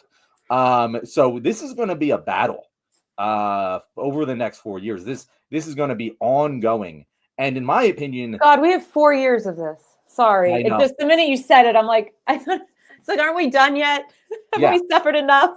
to seize our final segment today, we're doing a tier list, and I named it in my message to TJ and Natalie. It's going to be called Tier List: Trump's Wall of Shame, ranking Trump's worst moves of the first. Wait, how the fuck has it only been 2.5 weeks of this shit? That is what we're going to be talking about. But with the Department of Education, this is going to be a long battle. And to me, education is one of those no-brainers of like, hey, invest as much fucking money as you want in education. I don't care if you're wasting some of it. That's where it should fucking go. Like, let's educate the next generation because they're the ones who's going to be taking care of us when we're old. And for whatever reason, I know why conservatives hate education, but I've never really understood the argument that they are making in reality. Because I feel like that should just be so blatantly obvious to everyone. And I do think that, like, if he destroys this enough, it is one of those issues that when you fuck with someone's kids, it can rile them up a lot and, change their mind about certain things. I don't know. Natalie, I'll go to you first. Do you think that this is a fight, obviously, that we should be fighting, but that is winnable to a degree that can really hurt Trump? I think this might be one of those issues that's more of a distraction. Because to your point, there's so much that's in the Department of Education. I mean, we're talking about student loans and how we, monitor our school system. But I think at the end of the day, all of this is just coming down to tax breaks because, and how they're going to come up with the money for these tax cut for billionaires. Because what I read today, and of course, if I'm wrong, fact check this later, but I had read that the entire budget, federal budget for K through 12 is almost as much as one corporation's like tax break. So if they were able to cut that, that would pay for one of the biggest corporations' tax breaks. And so when you start to like think, I think it was Robert Reich that said it. And I think when you start thinking about it that way and you realize the end goal with anything that he's doing right now, what I've been trying to do is look at it through just the lens of how does this help them get tax breaks for the billionaire class? Because to me, that's just what that's what they want. They want to pay as little corporate tax as possible, and they don't want taxes at all for the 1%ers. Of course, they want them for the rest of us, and we're all going to pay more. But anybody making over a certain amount of money, they want it to go down because they have their billionaire overlords to deal with that funded his election. So for me, I don't even know if it matters what he's able to do or not do, as long as it helps move along the narrative that this money being cut is then going to be offset by the tax breaks that he's going to give the 1%. You said something where I hope when you mess with people's kids, that gets them. I feel very unsure of that anymore, because I thought COVID, that messed with people's kids, not having clean air in their schools. I thought things like that would really rally people. They don't want their children to be ill all of the time, but instead they turned it into this like anti-vaxxer, rally, which was wild to me. So I don't know. I could almost see them somehow turning it against themselves, which they seem to do a lot of. And that, I think, is what makes me sad, because they don't have the critical thinking to really put the pieces together, and they're just going to be passing that around and generationally. So then their kids aren't going to be able to be thinking critically about these issues. And I saw something too, to TJ's point, about where the Christian fundamentalism falls into play, where they want to start promoting education around young girls. I saw this with Mike Johnson about the benefits and the importance of having children, and promoting that to very young girls. And so this idea of, once again, forcing women back into the home space, indoctrinating them at a very young age so that they think that's normal. So there's a lot, John, to really tease apart here. I don't know how successful he'll be on any one of these issues, but as long as it gets them closer to their goal of shutting down all public funding for everything that is not a tax cut for a billionaire, is really, I think, where this is all headed. Natalie, I don't know if I think it's a distraction because this has been this has been a Republican thing for a long time. Yeah. This is something that I'm not saying it's all a distraction. I just mean the idea of like shutting the whole thing down. I don't know if that's going to actually happen. I feel like that's more of like a grab you by the headline energy. But yeah, I see what you're saying. Yeah, it's like the Republican war on education, or the conservative war on education. I mean, it's always been there. You can go back to Edmund Burke, honestly. Like the slack-jawed rubes don't deserve this education. We need the divine bloodline chosen by God to actually lead us. Why are we bothering teaching these folks anything? And this goes down to what was her name? Caroline. What's her name? The press Caroline Levitt or something. This is a short clip, but this is someone asking her about Trump's threat to shut down the Department of Education. And she said something that I've heard 1,000 times from conservatives about what they believe the purpose of education is. And like I said, it's a short clip, but it speaks 1,000 words. There we go. As the mother of a child, I want an education system that helps my child read and write, teaches him math, nothing else in the classroom. And the president is wholeheartedly committed to we can make academia great again. All right. God, I can't stand her. I'm sorry. She's awful. She's awful. She's awful. She is business Barbie. That briefcase is fucking empty. There's nothing here. Yeah, she's terrible. But this is something Republicans said a long time. They think the concept of public education is woke, is Marxist indoctrination nonsense. The kids should learn to read. They say reading, writing, arithmetic. They say it all the time. The idea of teaching them science, history, poetry, critical thinking is anathema to them. And I think that that it falls into place with like what the conservative movement wants is that they want worker bees who aren't thinking too much about what's going on around them, and that goes in line with what Elon Musk wants too. So I am kind of scared of that. I think that it really does signal like sadness for our future there. And with what you guys are saying about protecting the kids, I think I'm with Matt. I think they will see it as protecting the kids. At least Republicans will. I don't know about your average American, and how they're going to feel about that. But a solid portion of the country is going to say, yeah. I mean, look what Republicans have been doing the last, I've been paying attention in maybe the last 4, maybe 6 years with rolling back child labor laws. Oh, I feel dude. I feel like every election, every 2 years, another state is saying, yes, let's roll back these child labor laws. We are hell bent on bringing back the Gilded Age. Like, I mean, down to Donald Trump bragging about how he wants to be the next William McKinley. We really want to return things back to the 1880s where, school's not all that important. The children yearn for the mines. And that's the direction we're going. So I take the threat pretty seriously about they may not be able to shut down the Department of Education. The student loans are a big thing. That they say, okay, well, if we shut them down, then the loans go away. And, the Republicans don't want to let people off the hook with those student loans. So they may hold on. Do they go away? Because I was reading that that's not true.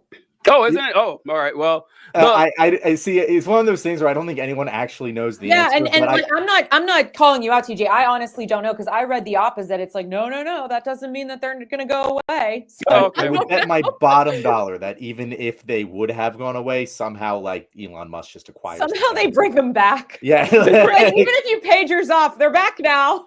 Yep. And so if they get rid of that stipulation, then there's nothing stopping them from doing it because they want to return everything to the state level. And honestly, curriculums are still decided by states. States already do that. Schools would just lose the Department of Education went away, schools would lose a shitload of funding. And especially for funding for like handicapped students or stuff like that. And it would make public schools weaker, which is what they want to do. Like they can't. Yeah. This is why they're always pushing the ideas of vouchers. They want to weaken public schools to the extent that no one trusts them. No one wants to send their kids to them. And people who can't afford to pay for private tutors will send your kid to work. We need the workers anyway. So yeah, this is it's a dark time and it's just going to get worse. So here's the angle I think both of you are missing slightly in that you brought up child labor laws, TJ, and you brought up COVID, Natalie. And the thing that you have to remember is that as much people do care about their kids, they care more about themselves more often than not. And the thing with child labor laws is that every child that is hurt by child labor has a parent telling them to go make that money, son. And the parent wants the kid working or else the kid wouldn't be working.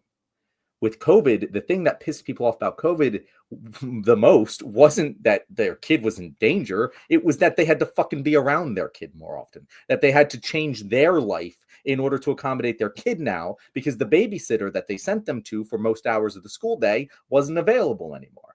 That's what pissed people the fuck off. And again, I'm not speaking for everyone here, but that was a lot of the impetus for the anger surrounding that. A lot of good people did not feel that way. They were angry for the good reasons. But the Republicans, that's why they were angry, right? This pisses the parents off. Because if you cut the funding, suddenly all those after-school programs, all of those busing programs, all of those things that were taking care of the kids for parents, and, not to disparage anyone, there's a lot of parents that need that because they need to work 2 jobs, put food on the table or pay rent, But that's going to directly impact the lives of the parents and the kid. And I think that is what does have a significant impetus for change in political circles. It's going to go on the local level and it's going to go up because if people are angry that their kid is home instead of at school anymore, who gets blamed for that? The guy that cut the Department of Education. It doesn't take a genius to explain that. You don't need a chart. It's right there. Well, can I add to it? Because I think we all kind of came to the same point, but none of us have really said it. And John, you kind of put that third piece in the wheel here. So we've got child labor weakening, we've got COVID and just viruses in general, public health. And then we've got this idea that parents, care about themselves more than their kids. Okay, we'll go with that. if we look at that all from the 10,000 view, what it really comes down to is economics, right? We're frustrated with the kids being home because we have to work. And then the 5 minutes that we have to ourselves, my kid's running around and I don't get a break. And the fact that, our kids are going to go work because we need the money. And the fact that they're homesick again. Well, they can't be because I have to go to work. This all comes back to capitalism, right? And so I think at the end of the day, the larger issue here is this system of capitalism does not support a robust and healthy public education system. They do not go hand in hand because you can't be stressing people out at this level financially all the time and then tell them that you're cutting whatever is left of public education, public health, all of these things, and not expect the straw to break, basically. So what really has to happen, and like to TJ's point, we're not there yet because enough people aren't suffering, is we have to rethink our entire system. And you and I and TJ were piecemealing these conversations together tonight, but I think there's a larger narrative here about what does everything after this hellscape fire is over, and maybe we'll be around for it and maybe we won't. What does the world look like after the Nazis lose again? And they will. What does it look like? And I think that's the vision where we need to be thinking about whether we live to see it or not, because to me, that's kind of what's been keeping me going, is thinking about what a new world could be. Yeah, it's good. That's good. That's good. That's a wonderful segment ender, Natalie. Yeah. By the way, Natalie, I looked it up. You were right about that tweet. So Robert Reich was the person who made it. And he said it wasn't just one company; it was the top 100 companies. Top 100. I knew the number wasn't right. I'm sorry. Yeah. K through 12 budget. For anyone wondering, the education department budget is about $80 billion, and the Trump tax cuts would cost about between $460 billion and $675 billion totals to cut the tax rate. So to just put it in perspective, the amount there is. Okay, thank you for clarifying. Yeah, look, I was like so many stats in my head. Sometimes they come out right. Yeah, I know, or pieces of them do. This only like tangentially related to what we were talking about with parents, but I just want a story I wanted to bring up here about John. You saying that a lot of parents don't care about your kids. God, you're right, man. So many parents don't. I mean, did you guys know that anybody can be a parent? There's no test for it or anything. There's no qualifications. Literally anybody can do it. People do it on accident all the time. They do it on accident, which is a real shame when you see that happen. And you know people who are trying to become parents and they can't. And it's like, oh God, God has a great sense of humor, a cruel one. But I was an Army recruiter for 4 years, and judge me if you want, whatever, fine, I know. But guys, I remember being really worried about a couple things. And the primary thing I was concerned with was, parents like grilling me, and as they should, right? I was like, and have all my answers ready, and tell them what's going to happen. And 4 years happened single digit times. Incredibly, really? Yeah, I was stunned. I was stunned by a lot of things as a recruiter. That was one of them. You didn't have a lot of Italian mothers dropping their. I'll have to look back. I'll have to look back and see how many were Italian. But listen, it was so fucking rare. I couldn't believe it. I was dealing with 17, 18, 19-year-olds or 20 or 21 who were living with their folks or whatever. And a lot of the times I'd be doing like their contracts and their paperwork and their testing and stuff and getting them ready. And I was like, so do your parents like have any questions? I said, yeah. Do they know you're here? Yeah. And I'd see them 5, 6, 7 times. The parents would show up for the enlistment ceremony. The parents almost always showed up for that. But that was the first time I saw a lot of them. Like a lot of times. And I was just thinking, man, my dad was in the Army. And if I'm at the recruiting station as a high school senior, you bet my parents would be there. And they know what they're going into. These folks have no idea what their kids are signing up for. That happened more often than it didn't. And that was kind of stunning. So, and I'd seen stuff like this before, like working in education where I was dealing with a student who was 15 years old and they weren't coming to class, and we'd have, meetings with the parents, and the parents would be like, well, how do I make my kid listen to me? They're asking me, a 21-year-old, how to make their kid listen to them. And I'd be like, in my mind, I said, well, that ship has sailed. I mean, their kids that listen to you at 16, they're not going to start tomorrow. And I certainly don't have any advice for you. A hell of a time to start caring about that, about whether or not your kid's going to listen to you or not. So yeah, a lot of folks, actually don't care about their parents. It's of course, a lot of my parents were incredibly loving. Of course, there are exceptions, whatever, but it's more than you think. John is absolutely right. A lot of folks really put on the show that they care, but they actually don't. Do you think it's the demographics?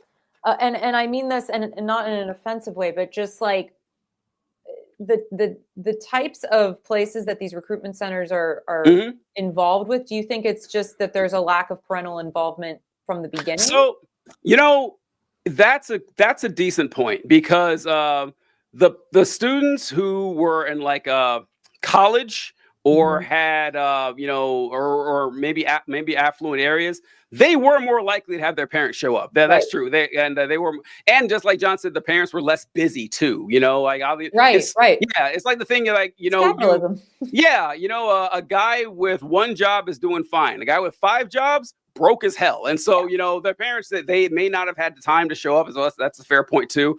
And it's I don't know. It was just sad to see. It was really sad to see whenever I was thinking of the guy right now, when you mentioned, I had a kid whose dad was in the FBI. And he was a junior in high school. I know John's like, what are we doing here? But he was a junior in high school, and he wanted to join the Army so bad, like more than anything. I said, all right, man.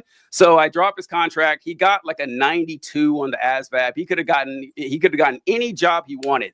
And I was like, man, I can make you a satellite technician. I can get you set up. And he goes, infantry. I want to be infantry. I want to be on the ground. I want to go to Ranger school. I said, are you fucking insane? You could do anything you want. I was like, in fact, just go to the reserves and go to college. You say, nope. And then again, I know that happened a lot. That happened a whole lot too. But then again, these are young men. Of course, they're going to want to do that shit. But I don't know. All right, we only got a few minutes left. John, what's the last segment we have here? The last segment is our wonderful tier list segment. So we are going to be ranking, and we are probably going to be coming back to this tier list. But just ranking the worst moments of the Trump presidency so far. As I said, it's been 2.5 weeks. Kill me now. Yeah. But this is our tier list, and I have several options for us. But yeah, we have these tiers. Wait, did it start? Am I sharing? I'm not sharing. No, I feel like an idiot. We have these tiers. We have. Can you zoom in? I can't see it. I don't. Because TJ's old and can't see things. It's small. Am I wrong, Natalie? Can you see? Small. Yeah, thank you. Is that better? Oh. Can you guys see this? I can't read the colors. I'm bringing it in. So we're going to zoom even more. Okay, there we go. So we have straight up Nazi shit as our top tier. All right. Awful even for Trump as our second tier. Awful's misspelled. Just saying. God is. Yep. That I'm just going to own that one, and we're going to move on. Bad for normal politicians. So things that are bad, but like, it could be worse. All right. Common Trump bullshit. Like renaming this isn't an option, but renaming the Gulf of Mexico to the Gulf of America. Yeah, whatever. Common Trump bullshit. And also depends how it plays out here, because there's going to be some things where we don't really know right now how bad it is, but it should definitely be on our radar. So here are our options. We'll start with the secretaries, right? Pete Hegseth. Where do you guys think that Pete Hegseth, as the Secretary of Defense, should be on this Nazi list? Yeah, no, it's a pretty easy one, right? I don't want to hear anyone argue about that. Pete Hegseth is the Secretary of Defense. Not only is it straight up Nazi shit, but it's also the dumbest shit imaginable. I know. Wait, can I just ask TJ a question, since you have the military background? I've been wanting to ask you this, and I just haven't yet. Please tell me that the Pentagon and the people inside the Pentagon are just going to fucking rag on him when he's not around, because I just can't imagine that they're okay with this Fox News weekend anchor, National Guard. Like, please tell me that they're going to really make his life hell.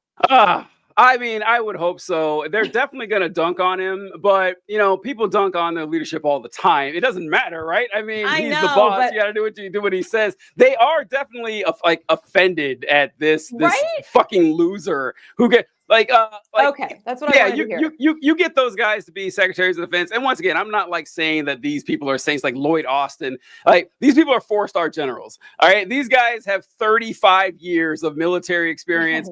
Pete Hegseth was a National Guardsman with 13 years in the Guard or something like that. I have like 5 times the military experience that he had just because I was active duty and everything. I don't think he ever held a company command his entire time. I'm pretty sure he was in the military. It's just, I don't know. And, like, not to mention, like you said, the straight up Nazi shit. He's got the weird, like, Knights Templar tattoos and everything like that. It's just, it's a fucking joke. It is straight up Nazi shit. I agree completely. Perfect. And he's a rapist. Okay. And he's a rapist. Yeah. Also, someone who's going to be a friend of the show, I think, Kristi Noem. I think Kristi Noem is one of those ones, and she was the shit. She was governor of South Dakota. Yeah, she was governor of South Dakota, but killer. She was the puppy killer. Yes, Homeland Security. That was her department. Mm-hmm. Yeah, I think putting the person that kills their dog as the secretary of the Department of Homeland Security is pretty bad. I don't think this is a Nazi shit move, but I do think it's awful even for Trump. What do you guys think? Nazi. Nazi. Hands fucking down, Nazi. She is awful. The things that she has said about immigrants and what she wants to do with that power she has, Nazi. Okay. I'll put it in straight up Nazi shit. I definitely think it's less Nazi shit than Pete Hegseth, but I wouldn't doubt to be surprised that she becomes very Nazi shitty.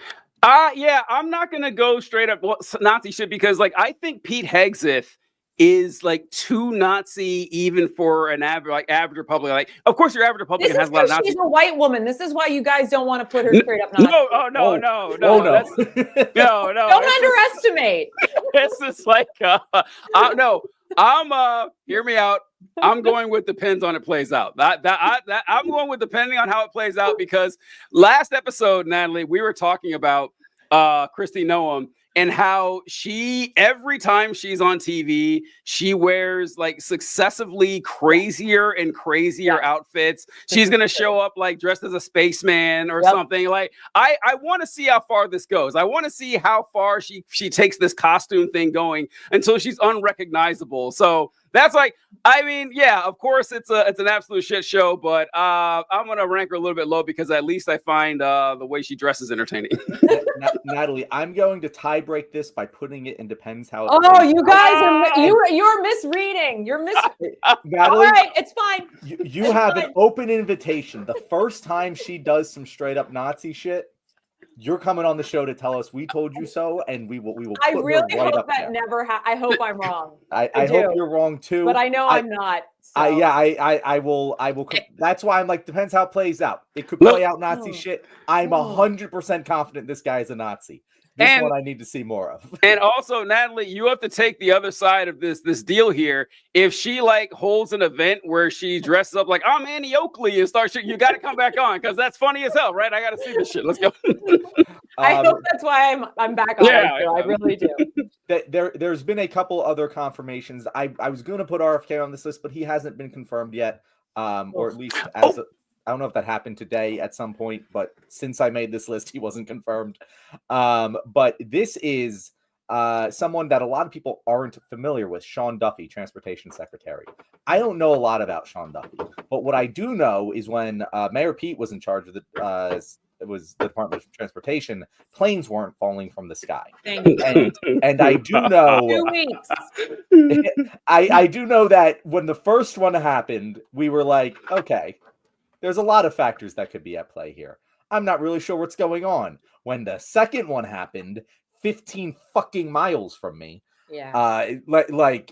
And by the way, just in case anyone hasn't heard this, there was a child, like an 11-year-old boy, who protected his little sister and got a piece of metal plane stuck in his head. He, unconscious, went to the hospital. He woke up. You want to know what the first thing that kid said was? I know. Did I save my sister, right? Something like that? No, that was the second thing. The first thing he said, because his dad said it's Monday, he said, did I miss the Super Bowl? And that kid is my hero. I love that kid. I just want to give him a shout out, even though he's not watching this. He's the fucking best. The city of Philadelphia loves you. I should have remembered that kid's name. But we still love you. John, you should have brought him up when I was shitting on Pennsylvania. You should have brought I was just waiting for you to feel bad about it, TJ. But yeah, I think that he's going to be one of those targets. Like if planes keep falling from the sky, that's another thing where like people get really pissed off about transportation. And I think that if transportation gets really fucking bad in this country, this guy's going to be a target for the Democrats. That's why I wanted to put him on here more than anything. I would put it bad for a normal politician myself. I don't know enough about him to be whether or not he's a straight up Nazi or whatever. But I do think that he should be on our radar as a target of ridicule. What do you guys think? Yeah, I guess so. Why not? I mean, say what you want about Mayor Pete, but yeah, I don't remember any of this shit going on. So I agree. He was on The Real World Boston, so that's enough reason for him to be up on the bad. Yeah, he's another TV guy. Shocking. Yeah. Who would guess? Yeah. They're obsessed. Yeah. All right. Which, I will say this about Mayor Pete. I also accuse that of being a bad fucking hire because what the fuck did he know about transportation? But apparently that was weird, wasn't he? it? He knew a lot about keeping planes in the sky. You don't have to be qualified. You just have to kiss the ring. That's all. Yeah. One guy who's not on this list and he can't be, but I'm curious because we haven't talked about him for a long time. Matt Gaetz. Remember Matt Gaetz being nominated for Attorney General? I don't know why he dropped out. I mean, the Senate must have said, "Hey, we're not doing it. Fuck that guy." I mean, he was unpopular, like Ted Cruz or whatever. But man, that report they were bringing out, I think, was the reason. Yeah, would it be though? Well, no, I think it's that, and no one fucking liked him. It had to be, right? He didn't have any friends. Yeah, and he liked to rape 16-year-olds. So there's that. No, that didn't matter, Natalie. That's not disqualified in the Republican Party. But he was just that shitty of a person to hang out with. That was his problem. Yeah, like yeah, right. Like the only thing politicians don't like is like they hate the most is when you expose their sick fetish. Like Madison Cawthorn, awful human being, of course, but when he went out and said, "Yeah, all these politicians I've looked up to since I was a kid, they all go out and have coke fueled orgies." Gone next cycle, like immediately, turned against by the Republican establishment. I was just kind of surprised about the Matt Gaetz things. Oh, wow, they must really hate him because I don't believe for a second that they gave a shit about the ethics report. I really don't. I think that it was just all personal animus, but yeah, whatever. All right. Next up, we have the spending freeze. I'm putting this in the straight up Nazi shit. Oh, hell yeah. That to me was the moment where I was like, oh shit, all hope that this may have been, as I kind of said, within the Overton window of awful, flew out the window. Because that was straight up, we're going to try and destroy the U.S. Constitution and take the power of the person in Congress. I think that's maybe the most damning thing that he's done from a pure, I'm worried about this level. What do you guys think? This is war. Yeah. That's how I took it. We're in a war now. We're in a class war, a real war, whatever you want to call it. To me, you have to shut down all of the programs that fund the people in order to fully consolidate power. That's what has to happen first. So everybody is desperate and scrambling and confused and in chaos. I mean, that is out of the fascist playbook. So yeah, I think it totally belongs there. Now, I will also say we are learning a lesson that this tier list is going to take longer than we anticipated. So I will say, are you guys cool to finish this out, even though it's going to go well past our time here? I mean, I'm committed at this point. Let's go. Okay, let's do it because I am too. Fuck this. Then the next we have this is a crossed out 14 because this is his attempt to end birthright citizenship, which is by the 14th Amendment. I had to get creative with the visualizations for some of these things. I think this is great. Yeah, thank you. I appreciate it. I put in more time into this than I thought I was going to, and I'm glad of how it's turning out so far. This might be an unpopular answer, but this is common Trump bullshit. Honestly, this is like right in line with what I would expect from Donald Trump. It's odd that he actually put pen to paper on this. This is something because I don't know. This isn't news, right? Republicans have been bitching about anchor babies since I started listening to Rush Limbaugh, 30 years ago or something. This is just right in line with standard. This is actually the problem with people complain and say it's like, oh, so when you say someone is a Nazi or a fascist, like, oh, so everyone you disagree with is a Nazi or a fascist, which is, absurd and ridiculous. But Republicans, like half their ideology is straight up Nazi stuff. It's like it stops being hyperbolic, where they actually do want a mostly white ethno state in which people have backbreaking jobs and no health care and ban immigrants from entering. That's just common Republican shit. So I'm not saying this to downplay it, like it's not straight up Nazi shit, but it's not, as surprising as a Fox News weekend host with white supremacist tattoos being head of the Department of Defense. So yeah, I think it's just common Trump bullshit. Well, I think it belongs in the straight up Nazi shit because it is common bullshit for this administration. And I think the reason that I would want to move it is because it is straight out of the fascist playbook. So it literally is straight up Nazi shit and also common Trump bullshit. It's both of them.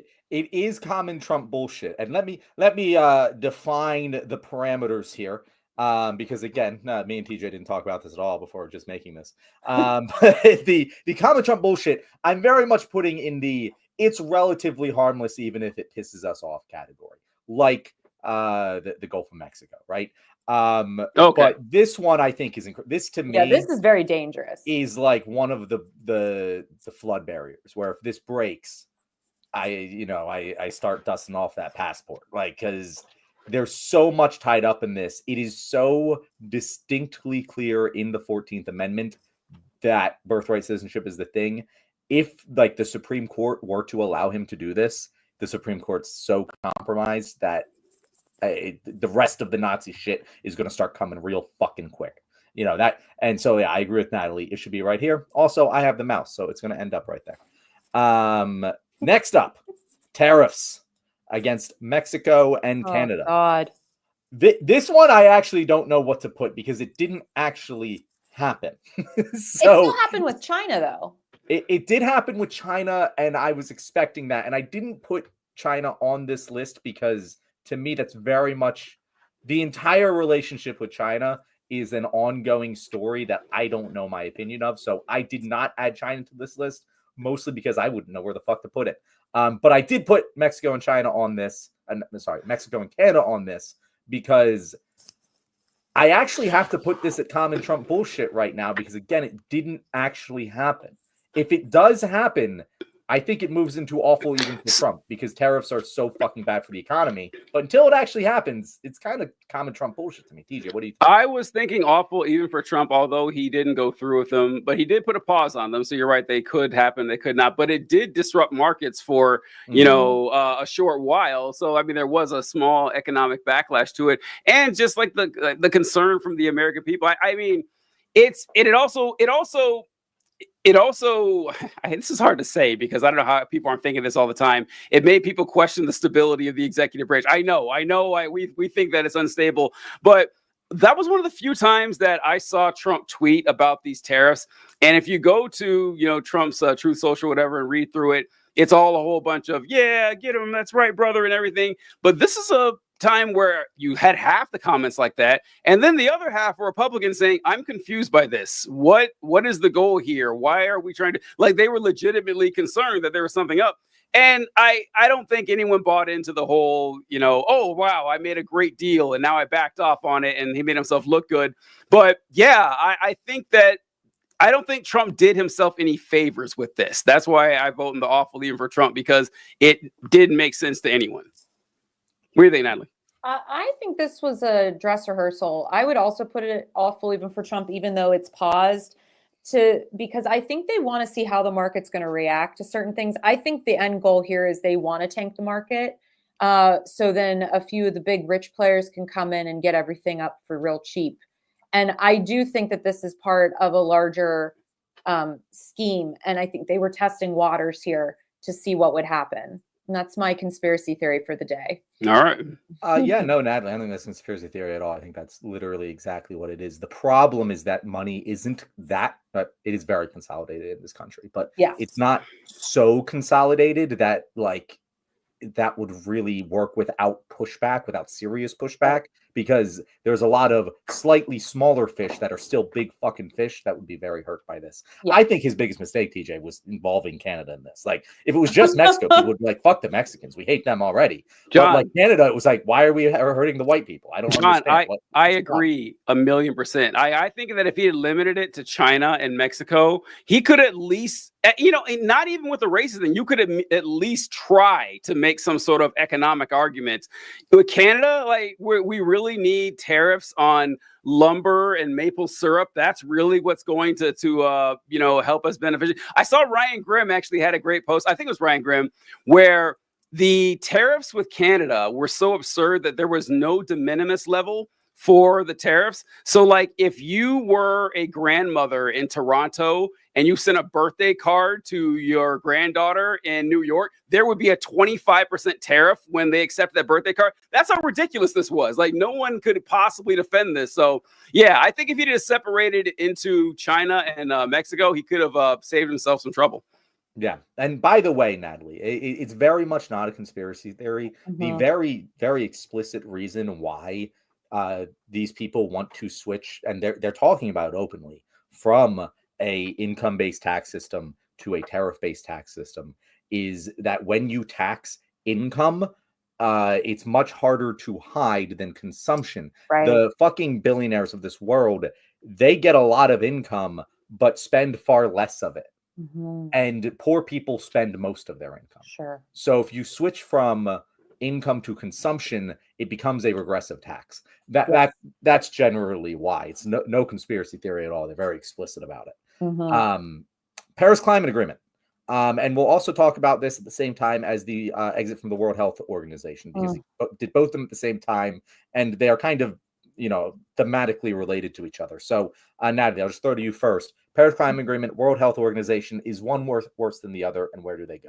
I mean, they're both so terrible, especially him doing this right on the heels of the LA wildfires and with the avian bird flu. I think in the climate, pun intended, that we're in, I would put this at awful even for Trump. In a different time, I might say this is either bad for a normal politician, but I think in the current situation, everything right now, everything that I'm reading about the avian bird flu and everything that I'm reading about the climate disaster, this is such a bad idea to withdraw from both of these organizations in this moment, in my opinion.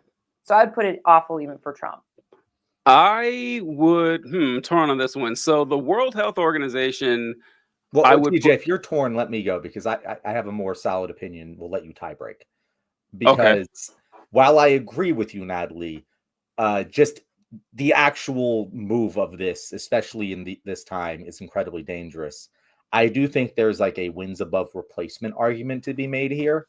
And after having seen us go from Trump to Biden and how Biden handled both climate and public health, it wasn't actually all that fucking much better. Better for sure, but the gap in between the two, not too much. Like, I don't feel like we did that much better when we were in the Paris Climate Agreement than when we weren't. The World Health Organization, we just fucking spit in their face during the Biden presidency, just a little bit less than we did during Trump's presidency. So, like, I would put this more bad for a normal politician. It's bad, but, like, in terms of Trump shit, this is kind of expected, and how much damage is it going to really do over what we were already doing?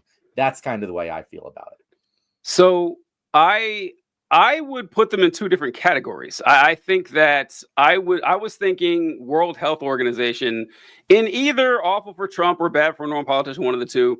The Paris Climate, though, that one I would honestly put under common Trump bullshit, because the the World Health Organization, like, they're sharing data and like they're, there's research and everything involved in there. The Paris Climate Accords, though, there's no teeth there, right? Like, no one is forced to go. Trump could, even if Trump stayed in, he wouldn't have followed it anyway. So I just don't think it would have mattered if you were in the agreement or not. He's just, I'm just going to fucking ignore it. Like they always could. At least there was like more tangible positives, I think, with the World Health Organization than the Climate Accords, because you can just fucking ignore the Climate Accords. So I would put them in two different categories. Okay, well, I'm going to say we'll keep World Health Organization in awful even for Trump because both of you feel kind of that way. And we'll put Paris Climate Agreement in bad for a normal politician. Since Natalie feels very strongly about it, this is where I feel, and you're here. So we're just going to split the middle. All right. Oh, and by the way, when people are watching this, definitely let us know in the comments how wrong we are about each one of these, because we're going to be doing this again. We're going to keep this. We're going to keep adding to it. There's going to be a lot more bullshit to put on this list. It's going to be an evolving project that we have over the next 4 years here. Gitmo. Oh God! Gitmo. Well, that one, yeah. Come on, yeah, that's an easy Nazi one. Nazi. Yeah, the question isn't is it Nazi shit. The question is where does it go within the Nazi shit tier? Because it is as Nazi shit as it can get. It can't. Yeah. It's got to go first, right? Yeah, I would put it first. Oh, I see. You're also ranking them this way. They're not just going up there. Yep. This list is vertical and horizontal, folks. We've got a 3. Natalie does not watch many video game YouTube channels. No, she doesn't watch Natalie doesn't watch Sopranos or Mad Men or watch video game shit. It's like she's not even one of the dudes. Like, what is going on here, Natalie? Natalie, you're a terrible third. You're a terrible third. Never been told that. Sorry. Well, me neither. But we need more. I mean, I guess if I never. I don't know, TJ. When I'm looking for a third, I always. Okay, I'm with you. I'm with the bros now. I got it. All right, let's go. All right. Okay, closest to the title on the horizontal is the most Nazi of Nazi. The most Nazi. Yep. Correct. Okay. Yes. Exciting. So all yeah, right. I mean, Guantanamo Bay is one of those ones where, like, I'm not. I'm intentionally not thinking about it because that's how bad it is, just for my own sanity. It's like the El Salvador thing. It's just like yeah, that one I also was like, I don't think that's actually gonna. That seems so. I've said that so many times though, where oh, no way. Oh, okay, all right. El Salvador is an interesting thing. If that happens, we will talk about it. But I didn't put it on this list because it's really just a news headline and nothing official going on there yet. So, but yeah, that would be very bad if we started sending Americans to another country for detainment that has lots of human rights abuses in its prisons. Okay, so we also have.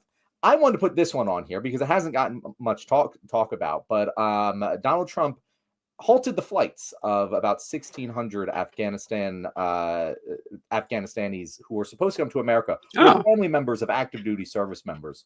I was actually disappointed this didn't get talked about more because I didn't hear about this one. Yeah. Oh yeah, exactly. Exactly. And you know, it is kind of common Trump bullshit. It isn't actually that hurtful, but like, fuck, families of active duty service members were denied entry into our country. That's bad. It's just got to be on. It's just got to be on the list, in my opinion. I would move it up one tier. Bad for a normal politician. Yeah. That's I mean, that's sick.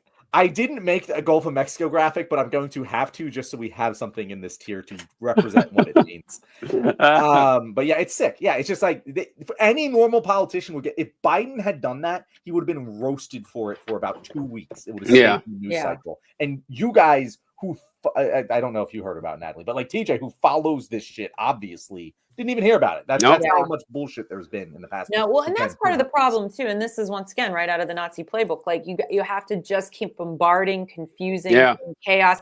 I mean, none of us know everything that's going on right now. And that's weird because the three of us are very, you know, because we're all just kind of nerds for this stuff. And it's like, we're not absorbing all of it. And so I can't even imagine if we can't take it all in. The average person, they're getting 1/100th of what's happening. Some of the things I've had to explain to my friends, I'm like, how did you not hear about this? And they're just like, I can't take it all, you know? So it's just, this is a very strange time for media. Yeah, it is. What I always describe, Natalie, is occasionally when you're on airplanes going down, you got to make sure you're getting your air before you give it to anyone else. You're not very helpful if you go under. And that's how sometimes you just got to take breaks from this shit just so it doesn't overwhelm you, so you can focus on what matters. I also think, by the way, and I haven't found a way to like put this in a content message, but I do think it's very true. He learned in the first administration that if you flood media, they won't be able to focus on anything, just like you're describing. And I think we all kind of recognize that. But what he's doing in this term is doing that to the legal system. Yeah. He's like, I'm just going to flood it, and you're only going to be able to stop some of it. And it's the same exact shotgun approach. And so far, it's working wonderfully for him. Yeah. But we'll see how it plays out. I also don't think it's all coming from him. I think he's better funded and more organized this time around. I don't think Trump is that smart. I think he's clever, but I think this time around he has structure and infrastructure around him. Just for the sheer fact, who's handing him all these executive orders? I know, isn't it funny? He's not coming so up with these. funny. He's just sitting there like signing them, like he's writing checks or something. I mean, it's just like he didn't come up with all of this stuff. It's OSHA? It's like a so 2-line funny bill. because like in every clip, Natalie, you're so right. Trump is sitting there at his desk, and you have a guy holding the folders like, Mr. President, here's the kitten defenestration, executive order. Go ahead, and Trump signs it. And he goes, John, could you tell us a little bit about what this is? Every time, right? This is an important one. Yes, This is a big one. I'm like, that's so funny, and you can tell he's here for the first time. It's like, oh, okay, all right, you're right. No idea. Trump constantly sounds like he was called on in class to answer a question about the assigned reading that he did not read. Exactly. That is constantly what Donald Trump sounds like. Let's be real. Anyway, so you said this is one I haven't followed very closely, guys. So feel free to put this wherever you want. But like, yeah, it's pretty bad.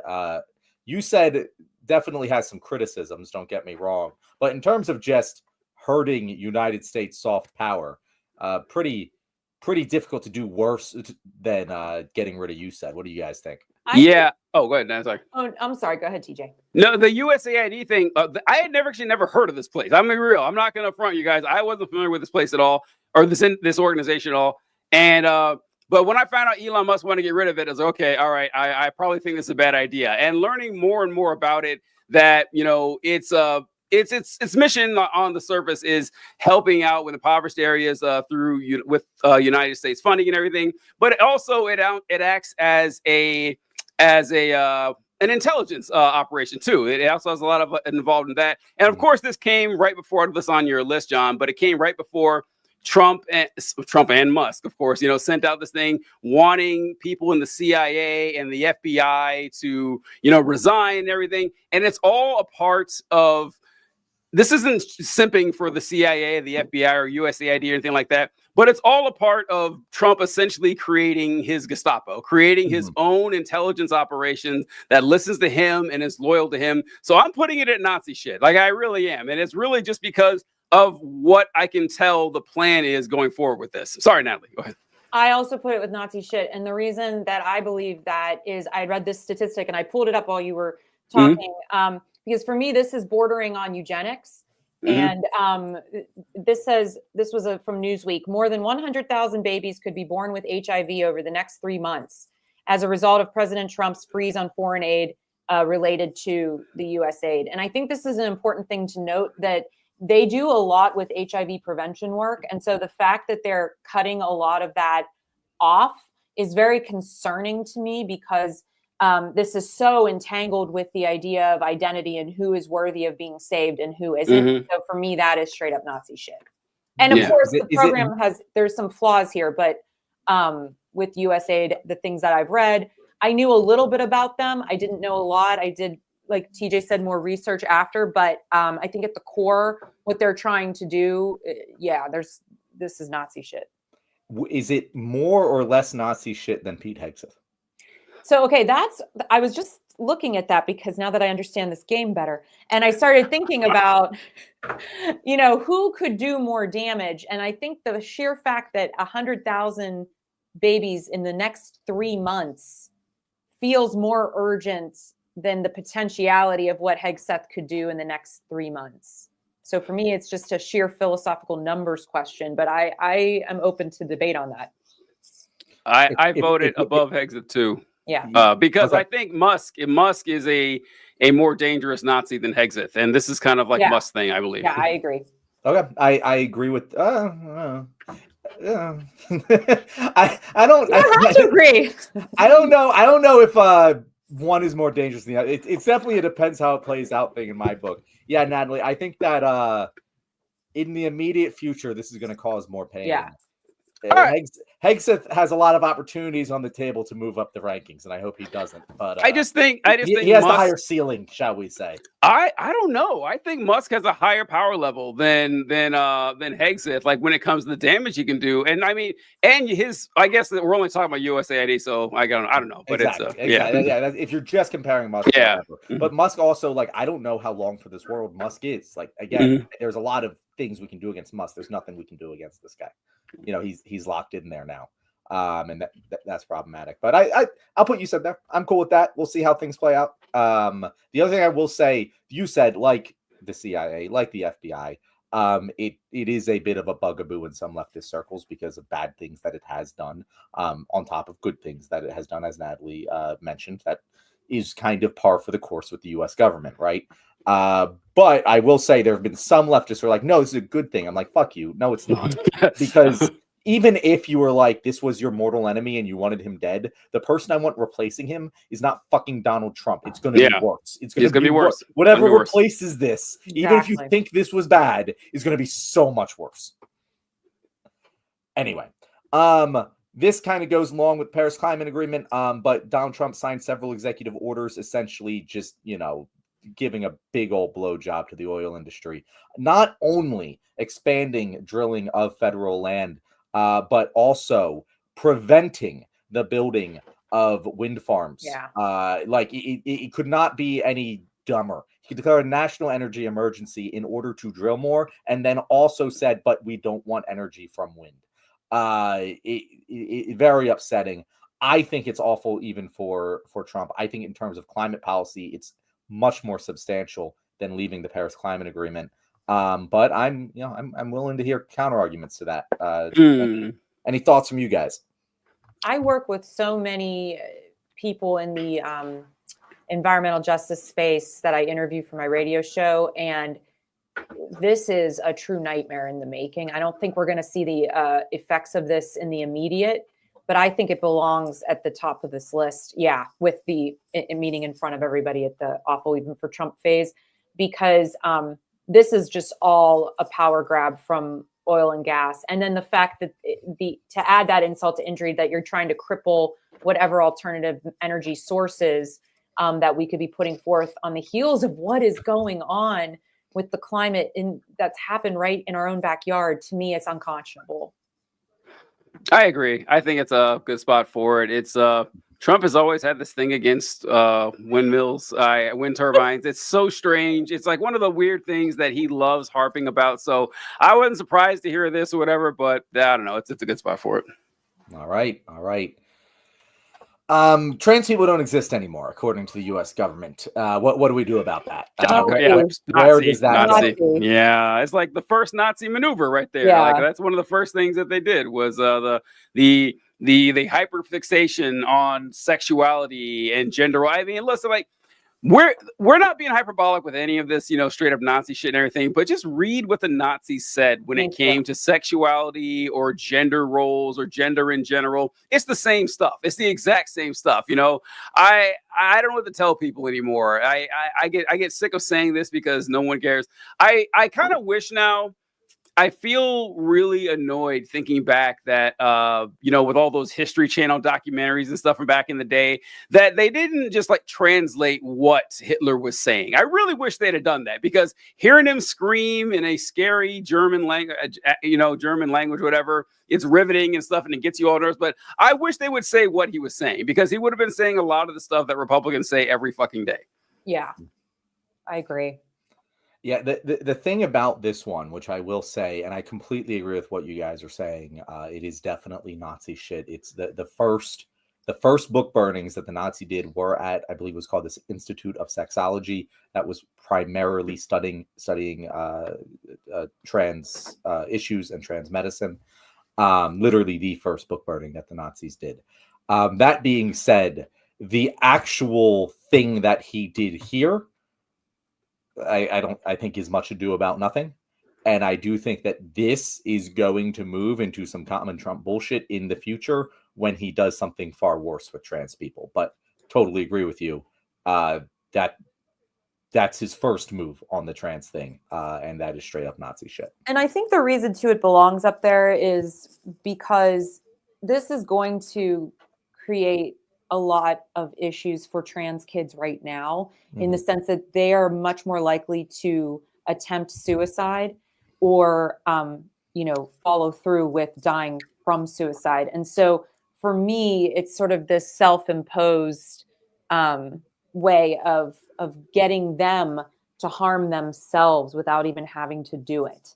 And I know that feels sinister. And I think that's because it really is. One of my friends, called me in tears after this happened. They're trans, and they were on the edge of asking if they should even be here, and they're in their 20s. And so for me, this is more real than I think people want to admit, that these are people, these are your colleagues, these are your neighbors, these are your friends, these are your baristas, these are the people that work down the hall from you in the office. These are human beings. And just by putting out this rhetoric, it's actually creating a situation where you are going to see an uptick in suicide. That's very true, Natalie. Whew. On that happy note, diversity, equity, and inclusion.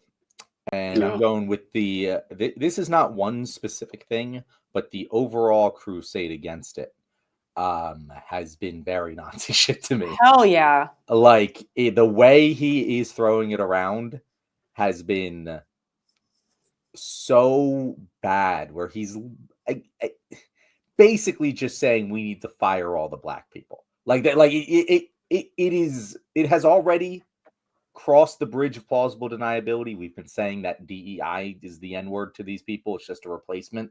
But the way he's been talking about it and literally firing DEI hires, it could not be more explicit what he's saying. Just blaming planes falling out of the sky on, it was definitely common sense. It was the black people, it really has sat not too well with me. And I hate to pick between these two. I know. I wish I could put them on top. It's getting a little weird.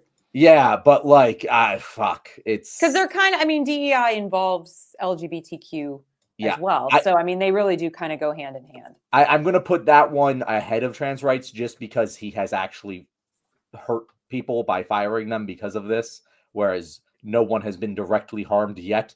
But plenty. 4 more years for these guys to jostle around and see, what is what's on the menu for the leopards today, I guess. But I also think it's very clever that they did frame the idea of it being synonymous with Black communities, because it then further creates a space for racist white women to go, oh, DEI, okay, then it's not going to impact me, when we all know that white women have been the biggest recipients of DEI policy. Yep. And also other groups that have been completely marginalized and ignored, like the disability communities, they're going to be very much impacted by this as well. So it holds so many different spaces for hate and for ignorance wrapped up in that word of DEI, when, if you watched the Grammys and Alicia Keys said it, it's not a threat, it's a gift. Diversity, equity, inclusion, these are gifts. And so the fact that that people have reduced it to focusing in on one community and then using them as a scapegoat yet again is just adding salt to that wound.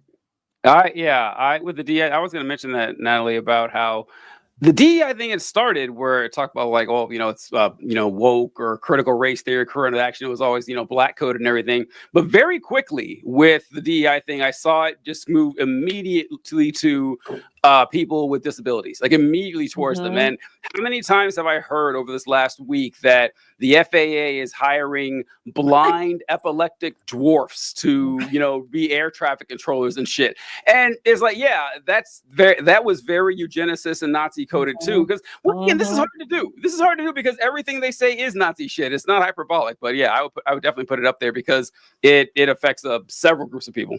Yeah. All right. Last one we're going to go to here today. And unfortunately, this list is going to continue to expand. But we have the January 6th pardons, of the January 6ers. I'm gonna stake this out and say it's either common Trump bullshit or bad for a normal politician, because at the end of the day, what actually it's symbolically bad, but like, oh, I disagree. All right, go ahead, Natalie. I think it's awful even for Trump. I Really? think, yeah, I think it opened the door for more political violence in the name of Trump without consequence. And for me, that is something we should be taking very seriously, especially when some of these asshats got out and the first thing the one guy said was, I'm going to go buy guns. I mean, I think we just need to be taking these people more seriously and the threats more seriously of political violence. Yeah, God, I wish I could combine some of these categories because, it's obviously terrible. He said he was going to do everything, but I do want to see how this plays out because, like, after this has been over, in the week after the January 6th people were released, 3 or 4 of them went up right back in jail. Like, it's just like there's like, oh yeah. These are terrible human beings. That's right. So, seeing them, step on rakes again after giving a second chance at life has been kind of funny. And them having to go back to the relatives who turned them in, that's pretty funny to me too, that their lives be miserable that way. So it's awful, but, I do want to see what happens. So, yeah, I'll put it awful even for Trump. I think I put it up there. All right. I will keep it there with you guys. I do think that at the end of the day, this is something that's going to get swept under the rug and we're not going to remember from the presidency and whatever. But you're right, Natalie. This does open up the door for more political violence.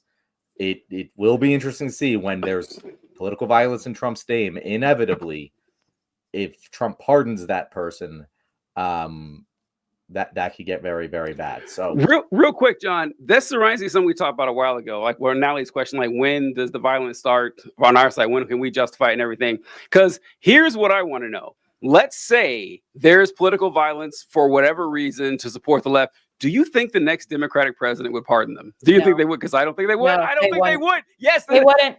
We're playing two different.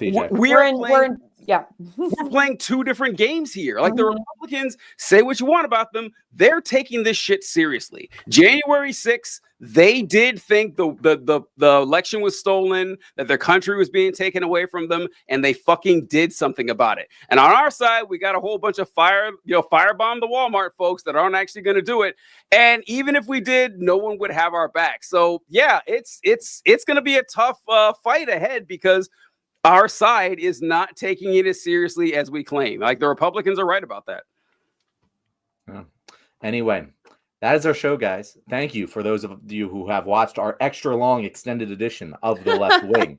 If you enjoyed this video, whichever one you just watched, let us know what you think. If you disagreed with us, if you like the new segment format, we want to hear it all. And if you have any questions for us, definitely send them to leftwingpod@gmail.com. If you want to know where to find our wonderful guest, Natalie, how about you tell people where they can find you? They should know by now. You've been on. No. I appreciate always being on with you guys. I had so much fun as always. And you can find me on Instagram, Facebook, LinkedIn, Twitter, TikTok, all of them at Natalie Bencivenga. You can also go to my website, nataliebencivenga.com. And I just started a Substack newsletter, which has been super fun. And I think I'm up to like 80 some subscribers already, which is really cool in just a couple weeks. So if you want to check me out over there, I'm doing a Facts Over Fear newsletter, which is an extension of my web series Facts Over Fear that I do with Penn Capital Star. And yeah, I appreciate being with you guys. And you can also check me out on the radio, kdkaradio.com. Every Saturday, I'll be on this week from 2 to 5. We will make sure to follow your Substack with our new Substack as well. If you look up The Left Wing, we also posted our first Substack. So we got to do, I don't know how so Substack cool. works. We're still learning, but we'll do a joint one at some point. I like it. Thanks so much, Natalie. Folks, we do hope you appreciated our extra long extended edition of The Left Wing this episode. And if you joined us late and you want to catch John theorizing about the extra long capacity of John Fetterman's throat, be sure to check out our first segment. We'll see what we got there. Catch you guys later. All right. Good stuff. All right.